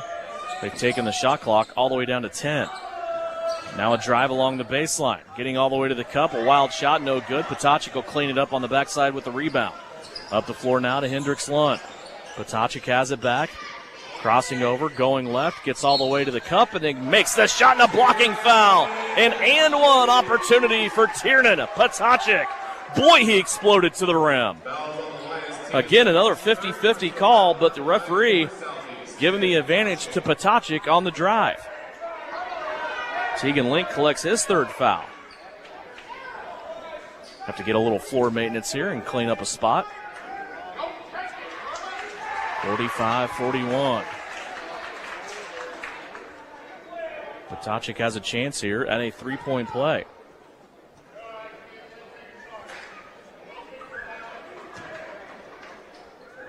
And I think one thing we need to think about when we're on defenses is maybe we need to switch Teal. Teal is so valuable scoring and everything else that he does for us. We may need to switch him off Espinoza. Oh, Kerr just got a silly foul for his fourth. Lions had the rebound. Quanique Hamilton came out of the pack running with it, and Kerr reached in, tried to get it from him. So Isaiah now will get his fourth personal foul. Team foul number 3 for Southeast of Saline. And I don't know how they didn't call out a back court call there. And now a 30-second timeout by Lions. Lions advanced the ball across half court and then threw it back into the backcourt. I'm not sure why that went uncalled. Anyway, chance for us to remind you, Southeast of Saline basketball brought to you by Stardust Trophy and more, downtown Salina. Also, Salina Fence Company. Dan Goebel, Salina Homes. And also, don't forget to check out highlights on social media, Facebook, and also S Post Sports on X. You can see video highlights from all around the area throughout the week, proudly presented by Billings Group. Southeast basketball also presented by Kansas Bankers Technologies and Technical Consulting. 45-41 our score. Southeast of Saline leading Lyons with the basketball with 5:13 left to go.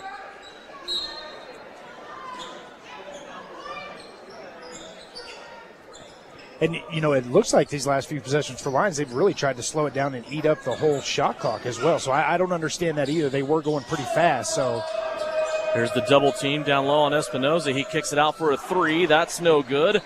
Anthony Ventura misses it. That time it was Teal and Potacek with a double team on Espinoza down on the block. There's Southeast of Saline now with it on offense. Down low to Hendricks Lund. Lost the basketball. It's because he was fouled. And now 3 team fouls here against Lyons. Abilene leads Marysville 29-21 at halftime in boys play. And you can see for us defensively, we finally countered Espinoza with a double team to force the ball out of his hands. If somebody else is, you just don't want the Link and Espinoza to beat us. Potacek with the drive, kicks it out to Teal for 3. Short, no good. Rebound, Lyons. Kerr has checked out of the game with those 4 fouls. 4:35 left to play here in the fourth quarter. Link for 3. No good. Rebound down low. Hendricks Lund. Hendricks plays it on the outlet to Potacek. He'll bring it up in front of the scorer's table. Now float back to the middle of the floor. Looking to the right wing. There's Lyric Lilly. Wide open. 3-pointer missing. And a rebounding foul called against Adam Teal. Teal shoved the Lions defender in the back. Looking for that foul, or looking for that rebound. And now Teal has collected 4 fouls. So Isaiah Kerr, Adam Teal each have 4 for Southeast of Saline. We still have a long ways to go. 4:12 left to play in this one. Southeast with a 4-point lead. Sawyers now will take on Espinoza. Espinoza backs him down, and Sawyers will get the foul. Number 3 for Kane. 2 free throws coming up for Paco Espinoza. 17 points on the night. So far, he is 5 of 5 from the free throw line. My thing is when Espinoza drives like that to that side, he's going to reverse back. You've got to have the double team meet him there on that reverse back to take that completely away. We just were late getting over there. First free throw is good. Second one looked just like the first. Espinoza continues to be perfect from the free throw line. He has 19 points, 7 of 7 from the stripe. 45-43, 2-point lead by Southeast of Saline. We're inside 4 minutes left to go. Here's Potacek driving. His runner won't go down. Espinoza with the rebound. Lyons has it, trailing by 2. Here's a drop step. That time Sawyer stripped it away. Ball came free. Sawyer's on the court with it, and they're going to call traveling violation. Boy, that call is so outdated. I don't get it. We've seen it twice now by this crew. One in the girls' game, one in the guys' game. Tyler Smith talked about it enough in the girls' game. I'm not going to go back and repeat what he said, but and the thing is, I just wish everybody would get on the same page with that call, because we see it so often that there's a kid on the ground that's going for a hustle play to get the ball out of his hands. There's not an advantage there. Yep. 3:24 left to go. Espinoza out deep, sizing up Sawyers. Now he'll drive out him. Picked his dribble up. He'll play it now to Tegan Link. Link going at Teal. Back out to Espinoza for 3. Got it. Boy, he is having a game, isn't he? Paco Espinoza has put Lyons up by 1. And the frustrating part is he's their scorer. You can't play off on him that far, and then your closeout can't be lazy to go out and get it. 46-45 Lions, 2:52 left to go. Pass down low to Sawyers, back out Potacek. He'll quick trigger a 3. That's no good. Rebound off the hand of Link down low. It ends up with Lyons. Now a runaway guard for Lyons down underneath, and it's Quanique Hamilton. He got the cherry pick bucket going down the floor. Now a 3-point lead. And remember, we talked about that early in the first quarter, that they like to do that. They like to leak that guy out, and we just didn't know where he was. Lob pass over the top to Lund. He got it to go. Lund had a mismatch down low. Adam Teal saw him. Anthony Ventura was trying to guard Lund down low at 5'7", and a nice little recognition there by Teal, getting Hendricks the basketball. And Lund with the 2, he will also step to the stripe and try to complete the 3-point play and tie this game. How about Hendricks Lund, though? Seeing that he's got a mismatch and wanting to get down low and call him for the ball. Free throw is on its way, and we have a tie game, 48 all. Full timeout. We will step aside as well. 2:25 left to go in this one. We are all tied up, 48 points apiece. Trojan basketball here on KINA.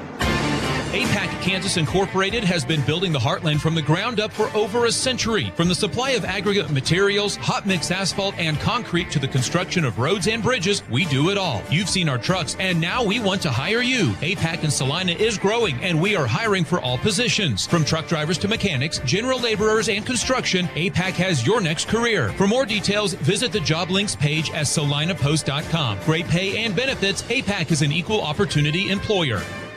Hi, this is Angela Gephardt from the Bank of Tuscan, and I'm still cheering on SEF's Trojans. Just like a great basketball team, we're here to assist, pass, and score big with you with our lineup of winning banking products. Whether you're looking to save with our traditional high-yield savings account, earn with Kasasa-free checkings, or secure your future with competitive loan options, we've got the tools to help you slam dunk your financial goals. Stop by one of our branches or visit Bank of Tuscan to learn more. The Bank of Tuscan, member FDIC.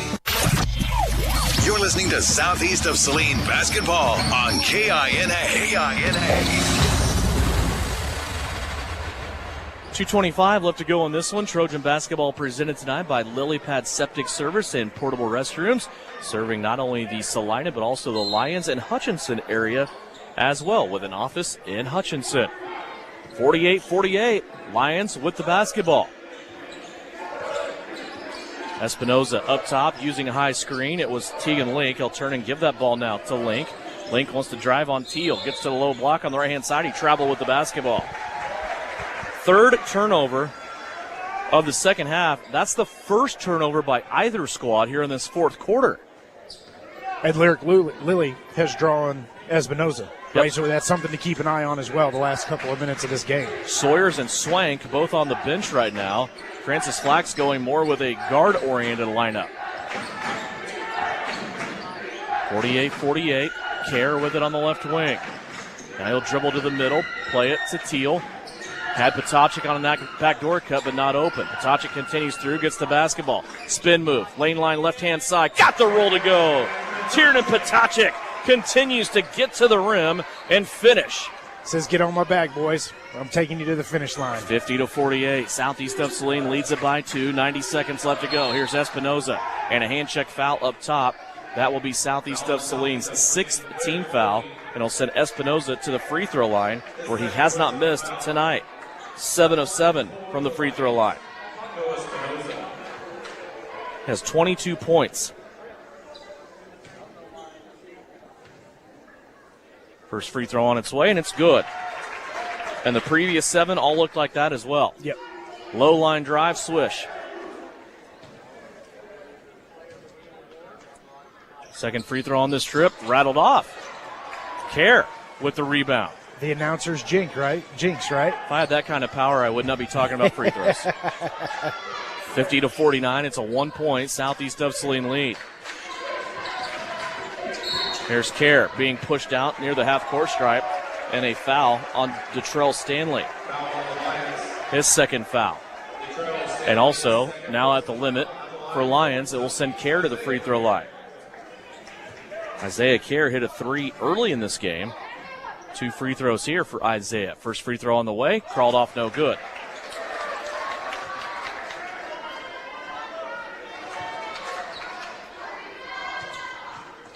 Battle of free throws, right? Got to have them down the stretch. Isaiah got the second one. Isaiah Kerr has only shot 13 free throws on the season.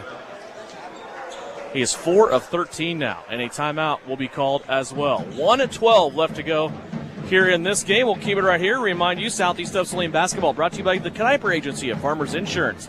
Also, Hire Scott Mortuary, Mary Maids, along with the Appliance Center, Vanderbilt's, Salina Fence Company, and Commercial Tire Center. Want to keep it right here at the end of the game. Commercial Tire Center's post-game report. We'll go over scores, numbers from this game. Also have a conversation with Francis Flax. It's all coming up at post-game. We have 1:12 left to play here. 51-49. Southeast of Saline. If there should be a dual possession, they have to go to the arrow to unsort it. It is in favor of Southeast of Saline right now. Both teams at the bonus limit of fouls, so we're shooting free throws here on out Both teams also with 2 timeouts. Do you think ever in high school that we see the jump ball go to an actual jump ball? No. No. Okay. Takes too much time. Gotcha. Got to get everybody lined up.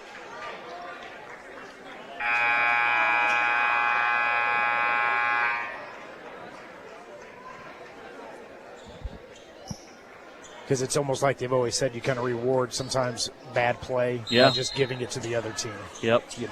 But here's Lyons with the basketball as we approach the 1-minute mark. See what they got out of that full timeout. Tegan Link curling around. He's going to dump it out. 3-pointer on the way, and it's an air ball. Espinoza hits the deck. Who's going to get this foul for Southeast? It's going to go against Hendricks Lund, and that's best case scenario for Southeast of Saline. That is just his second. But free throws coming up now for Lyons. Derek Alvidrez to the free throw line. His sidewinding shot hit the rim, hit the backboard, and went in. 5 points for him. That was his first free throw attempt of the evening. Second one also goes in, and we are tied once again. So Alvidrez got both those free throws, tied it at 51. Something on the floor there that Coach Reyes will help out with off the Lions bench.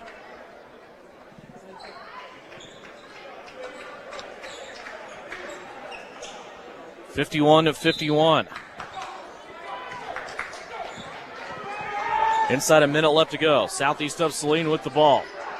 They'll bounce it off here to Hendricks Lund. Now Lyric Lilly with it. Lilly to Potacek. 3-guard weave out top with Lund, Potacek, and Lilly. Backdoor cut here by Tiernan.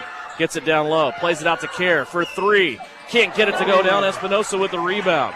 There is a 2-second difference, not even a 2-second difference, between shot and game clock. Lions in control of the ending here. Espinosa with it. Trying to drive on Lilly. Lyric there to shut him off. Now a skip pass. They go inside. And a timeout called by Lions. Full timeout. We'll take it as well. 20 seconds left to go. Lions with the ball when we come back. Frisbee Construction is a service organization for the commercial grain industry dedicated to giving you the best in planning, the best in quality, and the best of workmanship and overall the best value for your dollar since 1949. Frisbee Construction specializes in new construction as well as remodel and repair of grain handling facilities throughout the Midwest. Frisbee Construction Company in Gypsum has emergency crews available as needed. For more information, go to frisbeeinc.com. When the time comes to honor a life, Hire Scott Mortuary in Salina is here with care, compassion, and guidance every step of the way. Celebrate memories, cherish family, and find comfort in tradition. Hire Scott Mortuary, celebrating life, embracing legacy. During the winter months, we all rack up a lot of miles, especially following the SES basketball and wrestling teams. Isaacson Truckline is a proud supporter of the Southeast Trojans and wants to remind everyone to be safe on the roads this season. For local and long-haul service of freight and livestock, call Isaacson Truckline. You're listening to Southeast of Saline Hoops on KINA. 1 second difference between shot and game clock. Lions has the basketball. 17 seconds left to go. Game is tied. Lions working it around the perimeter in the hands of Hamilton. Trying to get it to Espinoza. Lyric Lilly there to deny him the ball, and now they're going to call another timeout. They ran the clock all the way down to 5 seconds on the shot clock, and they will take their last timeout. So Lions has no timeouts remaining, and now they have whittled it all the way down to a 5-second play here, trying to get a shot to win this game on the road in league play. I was just going to make the, thing say, or I was going to say that the last inbounds play, they had Espinoza throw it in. If Lyric is on him, Lyric has to stay on him. He can't play off to try to take something away because we don't want the ball to go back. We don't want one of those quick passes back in, back out, and try to go make somebody else beat you here. And the easiest way, in my opinion, the easiest way to do that when you have your inbounder with just 5 seconds left is once he inbounds the ball, Lyric has to jam him trying to step back in because that's going to send the rhythm and the timing off. There's not a lot of time here. I'm a little surprised Lions let that much time come off the clock. and bottled themselves into a fight. They don't even have time for a putback here. It's one shot that they're down to. Usually you'd like to have a play with 8 or 9 seconds left. They have time for one shot. And when they couldn't get it to Espinoza earlier, I was surprised they didn't call that timeout. Espinoza's not inbounding. There's a free Lions player open on the backside. They're going to give it to him. Now a shot up by Link is no good. Southeast of Saline has the basketball. And a 30-second timeout. We'll see where this comes from with 0.7 of a second left. Coach Flax is asking for a little bit more time, but it's going to be a desperation shot. You have the king of desperation that we've seen with Tiernan Potocnik. Hit more than a half quarter Friday night at Minneapolis. It's the second consecutive season he's done that, but just not a lot of time here. As Southeast of Saline, though, they did the work, right? They got the stop on defense. Now they've got themselves in this situation. Worst thing that happens here now that Southeast got that stop is they go to overtime and are able to extend this game and go into extra time here in the fourth quarter. Southeast basketball brought to you tonight by Salina Surgical Hospital. Also, Sage Products. They have your home court advantage. Whenever you're at games at Southeast of Saline, you know from wall-to-wall, ceiling to floor, it's products from Sage. You can get those same products in your office or home by going to sageselects.com. Also, Dr. Andrew Westbrook at Maury Clinic Sports Medicine. Visit Dr. Westbrook at his sports injury walk-in clinic every Monday and Thursday mornings. They did double the time on the clock, now 1.5 on the clock. Now, sorry to interrupt you, but this is where I kind of, as a coach, I'm not going to press, because the last thing you want to do is pick up a silly foul this far away from the goal. If they beat you on a half-court shot, they beat you on a half-court shot. I'm a big believer in putting somebody on the run. That's what they're going to do here with Potocnik. They're going to get it into Lund. Lund takes a couple of dribbles and gets it off late. It wouldn't have counted if it would have went in, and we will go to overtime. 51-51 is our score. We'll take a break. When we come back, bonus basketball for you right here on KINA. Are you looking for a local brokerage firm to help you with your Medicare, life insurance, and annuities? L&L Advisors is the #1 local Medicare supplement and insurance specialist. Medicare can be confusing. Let the experts at L&L Advisors help make sense of it. Stop by one of 3 locations in Salina or McPherson and speak to an agent about the needs of your family. L&L Advisors, main office at 717 Roach, right off Crawford, and in the Central Mall Salina and downtown McPherson. Based on honesty and trust, contact L&L Advisors today. The Southeast of Saline School District has a long-standing reputation for excellence. This excellence in public education has been a source of great pride and one of the factors contributing to the quality of life in our community. The Southeast of Saline Education Foundation works in partnership with the USD 306 School District and the community that it serves to maximize student potential, thereby creating a lasting legacy, not only for our children, but for our community. The Southeast of Saline Education Foundation salutes the Trojan Sports Program. You're listening to Southeast Trojan Hoops on KINA. 51-51, 4 minutes up on the clock. Southeast of Saline wins the tip. Each team got an additional timeout to use here in the extra 4 minutes. So 2 timeouts for Southeast, 1 for Lyons. Sawyer's with the basketball, now out to Kerr on the left-hand side. Hendricks Lund has it now on the drive. Forced out away from the basket, put the shot up, it's no good. And rebounded by Lyons, it's Paco Espinoza. And for Southeast, we just got to keep running quality offense, right? You got 4 more minutes. The problem is we're in foul trouble with some of our better players, so we've got to be real careful here. Here's a three-pointer put up by Espinoza. That's no good. Kerr will get the rebound for Southeast. It's starters on the floor right now for both sides, other than Derek Alvidrez for Lyons. And here's a drive and a foul, and it's basket good and 1 coming up for Tiernan Potocnik. And that's probably about the 9th time we've seen that exact same play where Tiernan just kind of makes a move, gets downhill, and the guy gets in his back pocket and never recovers. Free throw is up, and it's good. That's a big play by Tiernan. 25 points for Tiernan Potocnik in this game. It's a new career high. He had 24 earlier this season against Smoky Valley. 54-51. 3 minutes left to go here in the overtime. And Alvidrez drives to the lane, now plays it back out. Espinoza now has it. He wants to drive. Sawyer's there, though, sliding, shutting him off. Tegan Link for three. No good. Potacek with the rebound. Tiernan looking down the floor, stops just as he comes across the half-court logo. Now stuck. He needs some help. He'll find Hendricks Lund on the left-hand side. And Tiernan has 25, but I don't think he's hit a three all night. No. So that's even more impressive to me of how he's gotten downhill and gotten to the goal. A lot of deuces, a lot of free throws. Yes. And this Southeast boys team, a little bit like the girls team, and they've struggled from the free throw line early on. Here's Tiernan again, slicing through the defense and putting in two. Tiernan Potacek in the overtime with 5. 2:10 left to go. You can just see it in Tiernan's eyes, like it's will to win. It's game time. Give me the ball. Southeast looking for the first 2-game winning streak of the season. There's a three-pointer by Detrell Stanley.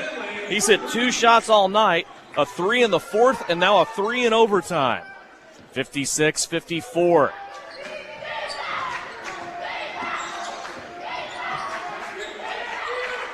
Lund with it. Drives around his defender. And a finger roll for Hendricks Lund. The defender that time tried the old playground reach around and couldn't get the ball. Hendricks Lund made him pay.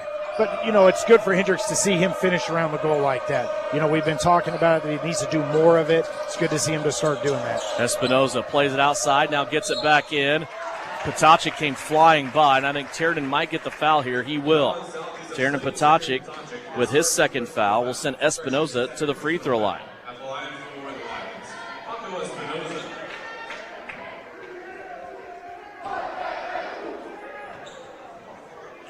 First free throw by Espinoza is up and good. I don't have a whole lot of room on the stat sheet for Espinoza. I started a new line. Yeah. Second free throw on the way. Missed that one. So now after going 8 for 8 to begin this game from the free throw line, he has now missed 2 of his last 3. 58-55. That was a big one. And the thing is now is, we want to run some time, but we want to run time to get that good shot. Side to side, inside out, and go finish at the goal. Southeast using some clock here. They've taken it inside a minute. 10 seconds left on the shot clock. Teal with it up top. Now to Kerr, right wing. Kerr gets to the right-hand elbow. Now a bouncer to Potacek. Plays it out to Sawyers. His jumper up. Off the back of the rim, no good. Lyons with the rebound. 42 seconds left to go. Southeast now protecting a 3-point lead. 28 seconds on the shot clock for the Lions. They're going to call a timeout here with 26 seconds left on the shot clock. We'll take a full timeout, stepping aside quickly. Back with more Trojan basketball after this. Lily Pad Septic, this is Callie. How can I help you flush today? My toilet sounds like a baby gurgling. Nothing's draining, and it's 5 degrees outside. Sir, I just had a baby, so I know that sound. But I bet your septic line's frozen. Cole, we got a gurgler. On it, Callie. Flush the freakishly fast rock. I'll be there in a splash. Sir, your pipes are tighter than a diaper ready to explode. So there's no toddler in my toilet? Nope, just ice blocking the line. No flow, no go. Can't I just pour hot water down the toilet? Only if you want warm sewage. We need to thaw the line and pump your tank. I gotta get back and tell Callie. Flush! What's the baby's name? Weston Cole. At Lily Pad Septic, we guarantee to inspect your septic system within 24 hours. Or your next pump out is free. If you need a flush in a rush, call Lily Pad Septic. Lily Pad Septic.com. We'll be there in a splash. I need a kiss. This is Trojan basketball on KINA. 58-55, 36 seconds left to go here in the overtime for Lyons and Southeast of Saline. Trojans up by 3, Lyons with the ball. They also have the arrow if a possession dispute should come up on a tie-up. Lyons out of timeouts, by the way. And I'm really quite surprised they just didn't put the ball in Espinoza's hands. Shot clock down to 10. They get into Tegan Link's hands. Now he's going to give it to Espinoza. Step back 3. In and out, no good. Rebound, Tegan Link. And it's stolen away. Link was looking back inside, and Hendricks Lund was there to take it. Now Hendricks coming up the floor is going to be fouled, and he will step to the free throw line and try to put this one away with 8.5 seconds on the clock. 2 opportunities. He needs one of them. Yep.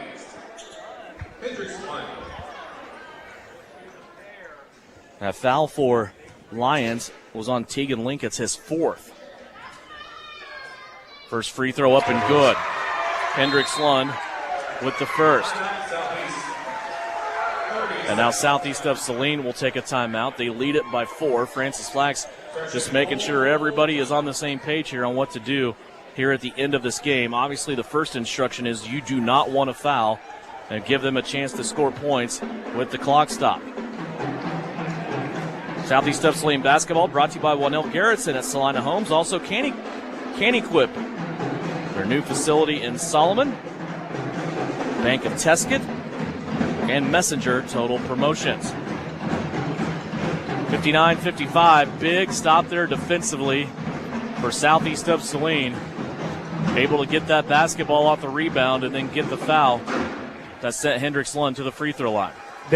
For Lyons, they kind of bailed us out a little bit. We couldn't stop Espinoza on the drive, and they've kind of went away from that, and they've started shooting the 3 ball, and they've hit 1 or 2 of them.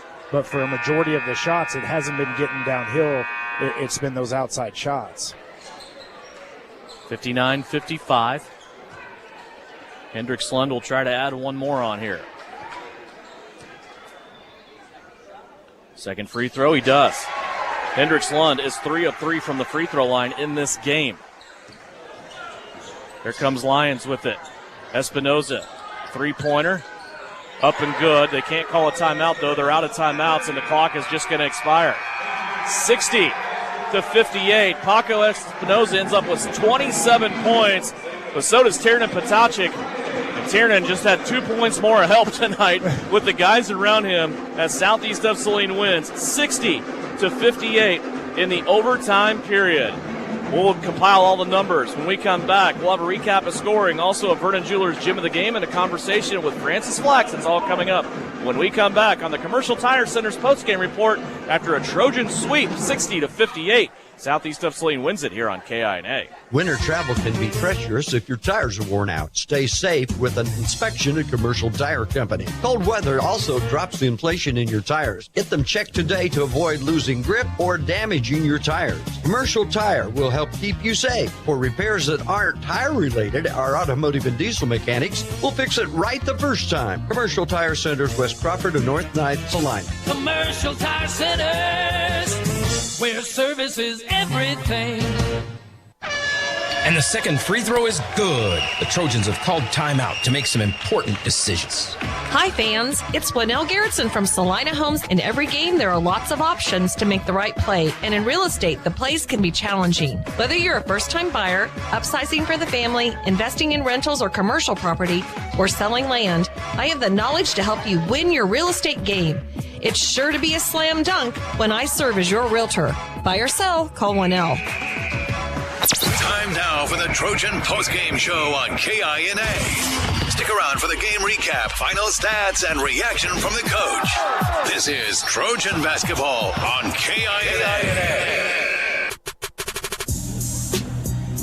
Back here on the postgame show, brought to you by Commercial Tire Centers after a Trojan victory, 60-58, our final score in overtime. And boy, Kevin, it's just kind of been one of those start out to the season. We know what the schedule's like as far as strength of schedule and the teams that Southeast plays before Christmas. You just haven't had a chance to get that full school sweep yet, but you get one in Minneapolis on Friday night. You get one here tonight against Lyons, and now a little bit of momentum starting to pick up now for the Southeast of Saline guys squad as they get their first back-to-back wins here this season. They have Clay Center coming in on Friday, but tonight's a big one, 60-58 in overtime. Yeah, because it's the way they closed it out too, right? We're kind of a young team. We don't have a lot of seniors on this team, and we've kind of got to figure out ways to win games. And when everything mattered, everybody stepped up defensively. Everybody went to rebound, and my shout-out is going to go to Hendricks. We've been kind of on Hendricks about not playing defense and not doing some of the things correctly. And so for me, to see him get that steal at the end of the game, right, poking his nose in, and then go hit 2 free throws to kind of seal this game, hopefully that gets him going in the right direction. Tiernan Potacek with a new career high tonight in scoring, 27 points for him. as he was able to carry this team down the stretch. But you're right, it's Hendricks Lund, 7 points in fourth quarter in overtime.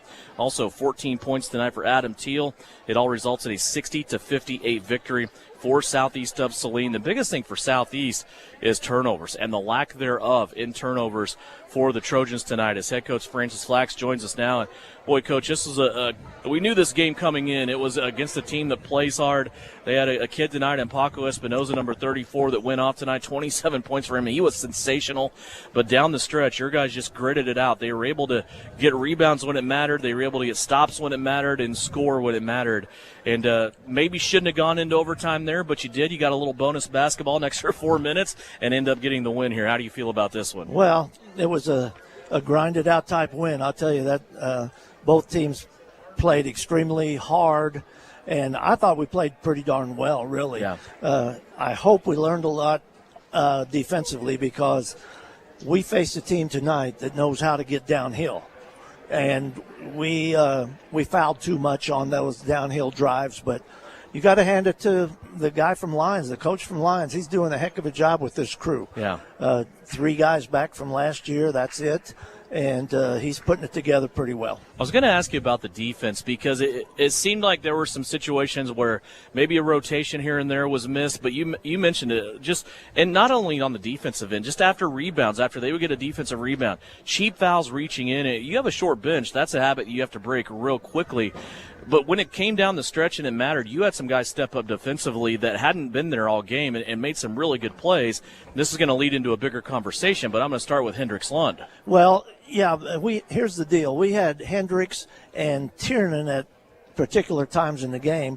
We didn't think that we needed to really guard number 1 and I think it was 0 very much from the outside. So they were able to step inside and help, and of course, that lends to better rebounding position, too. If they happen to miss a shot, we got an extra guy in there on the boards. Absolutely. Offensively, Tiernan Potocik just kind of carried you guys while you needed an offensive spurt there.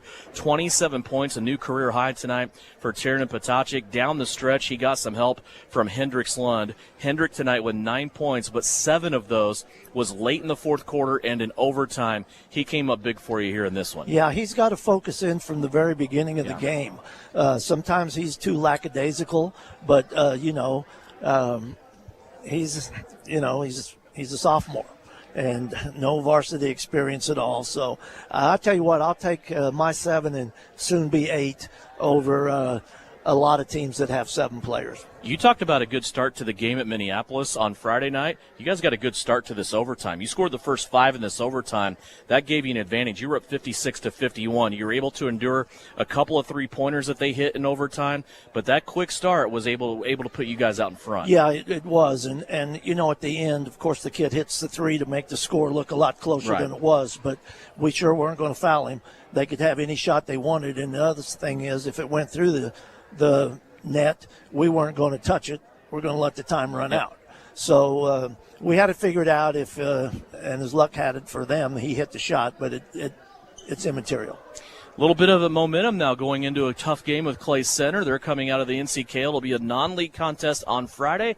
Enjoy this one. Have a good week of practice. We'll see you back in the gym on Friday. Thank you very much. Francis Flax, head coach of the Southeast of Saline Trojans. His guys tonight, a 2-point win, 60-58 in overtime. 27 points by Tiernan Potocik. He is our Vernon Jewelers gem of the game. Valentine's Day is right around the corner. Make sure you get to Vernon Jewelers in downtown Salina and get what you need to get that positive momentum for Valentine's Day. 27 points for Tiernan Potocik, 6 turnovers tonight for Southeast of Saline, as they did not turn the ball over in the fourth quarter or in overtime and get their 3rd victory of the season. 2nd game in a row that they have won, now 3-7. Overall, they're 2-3 in league play. On the girls' edge of things, Shauna Smith's squad, they also got a victory tonight as they were able to roll over Lyons 74-22. It's a clean sweep tonight for the Southeast of Saline Trojans. They will be back at home coming up on Friday to take on the Clay Center Tigers. For Nick Garst back at Studio Central, also Brian Dennett providing that live stream video free of charge on SalinaPost.com. You can watch Southeast of Saline games anytime you want on demand. Just go to Salina Post on YouTube. Also Tyler Smith, Kevin Lilly. My name is Devin Haney. I want to thank you for joining us for Southeast of Saline Trojan basketball. Have a great week, and we will talk to you on Friday.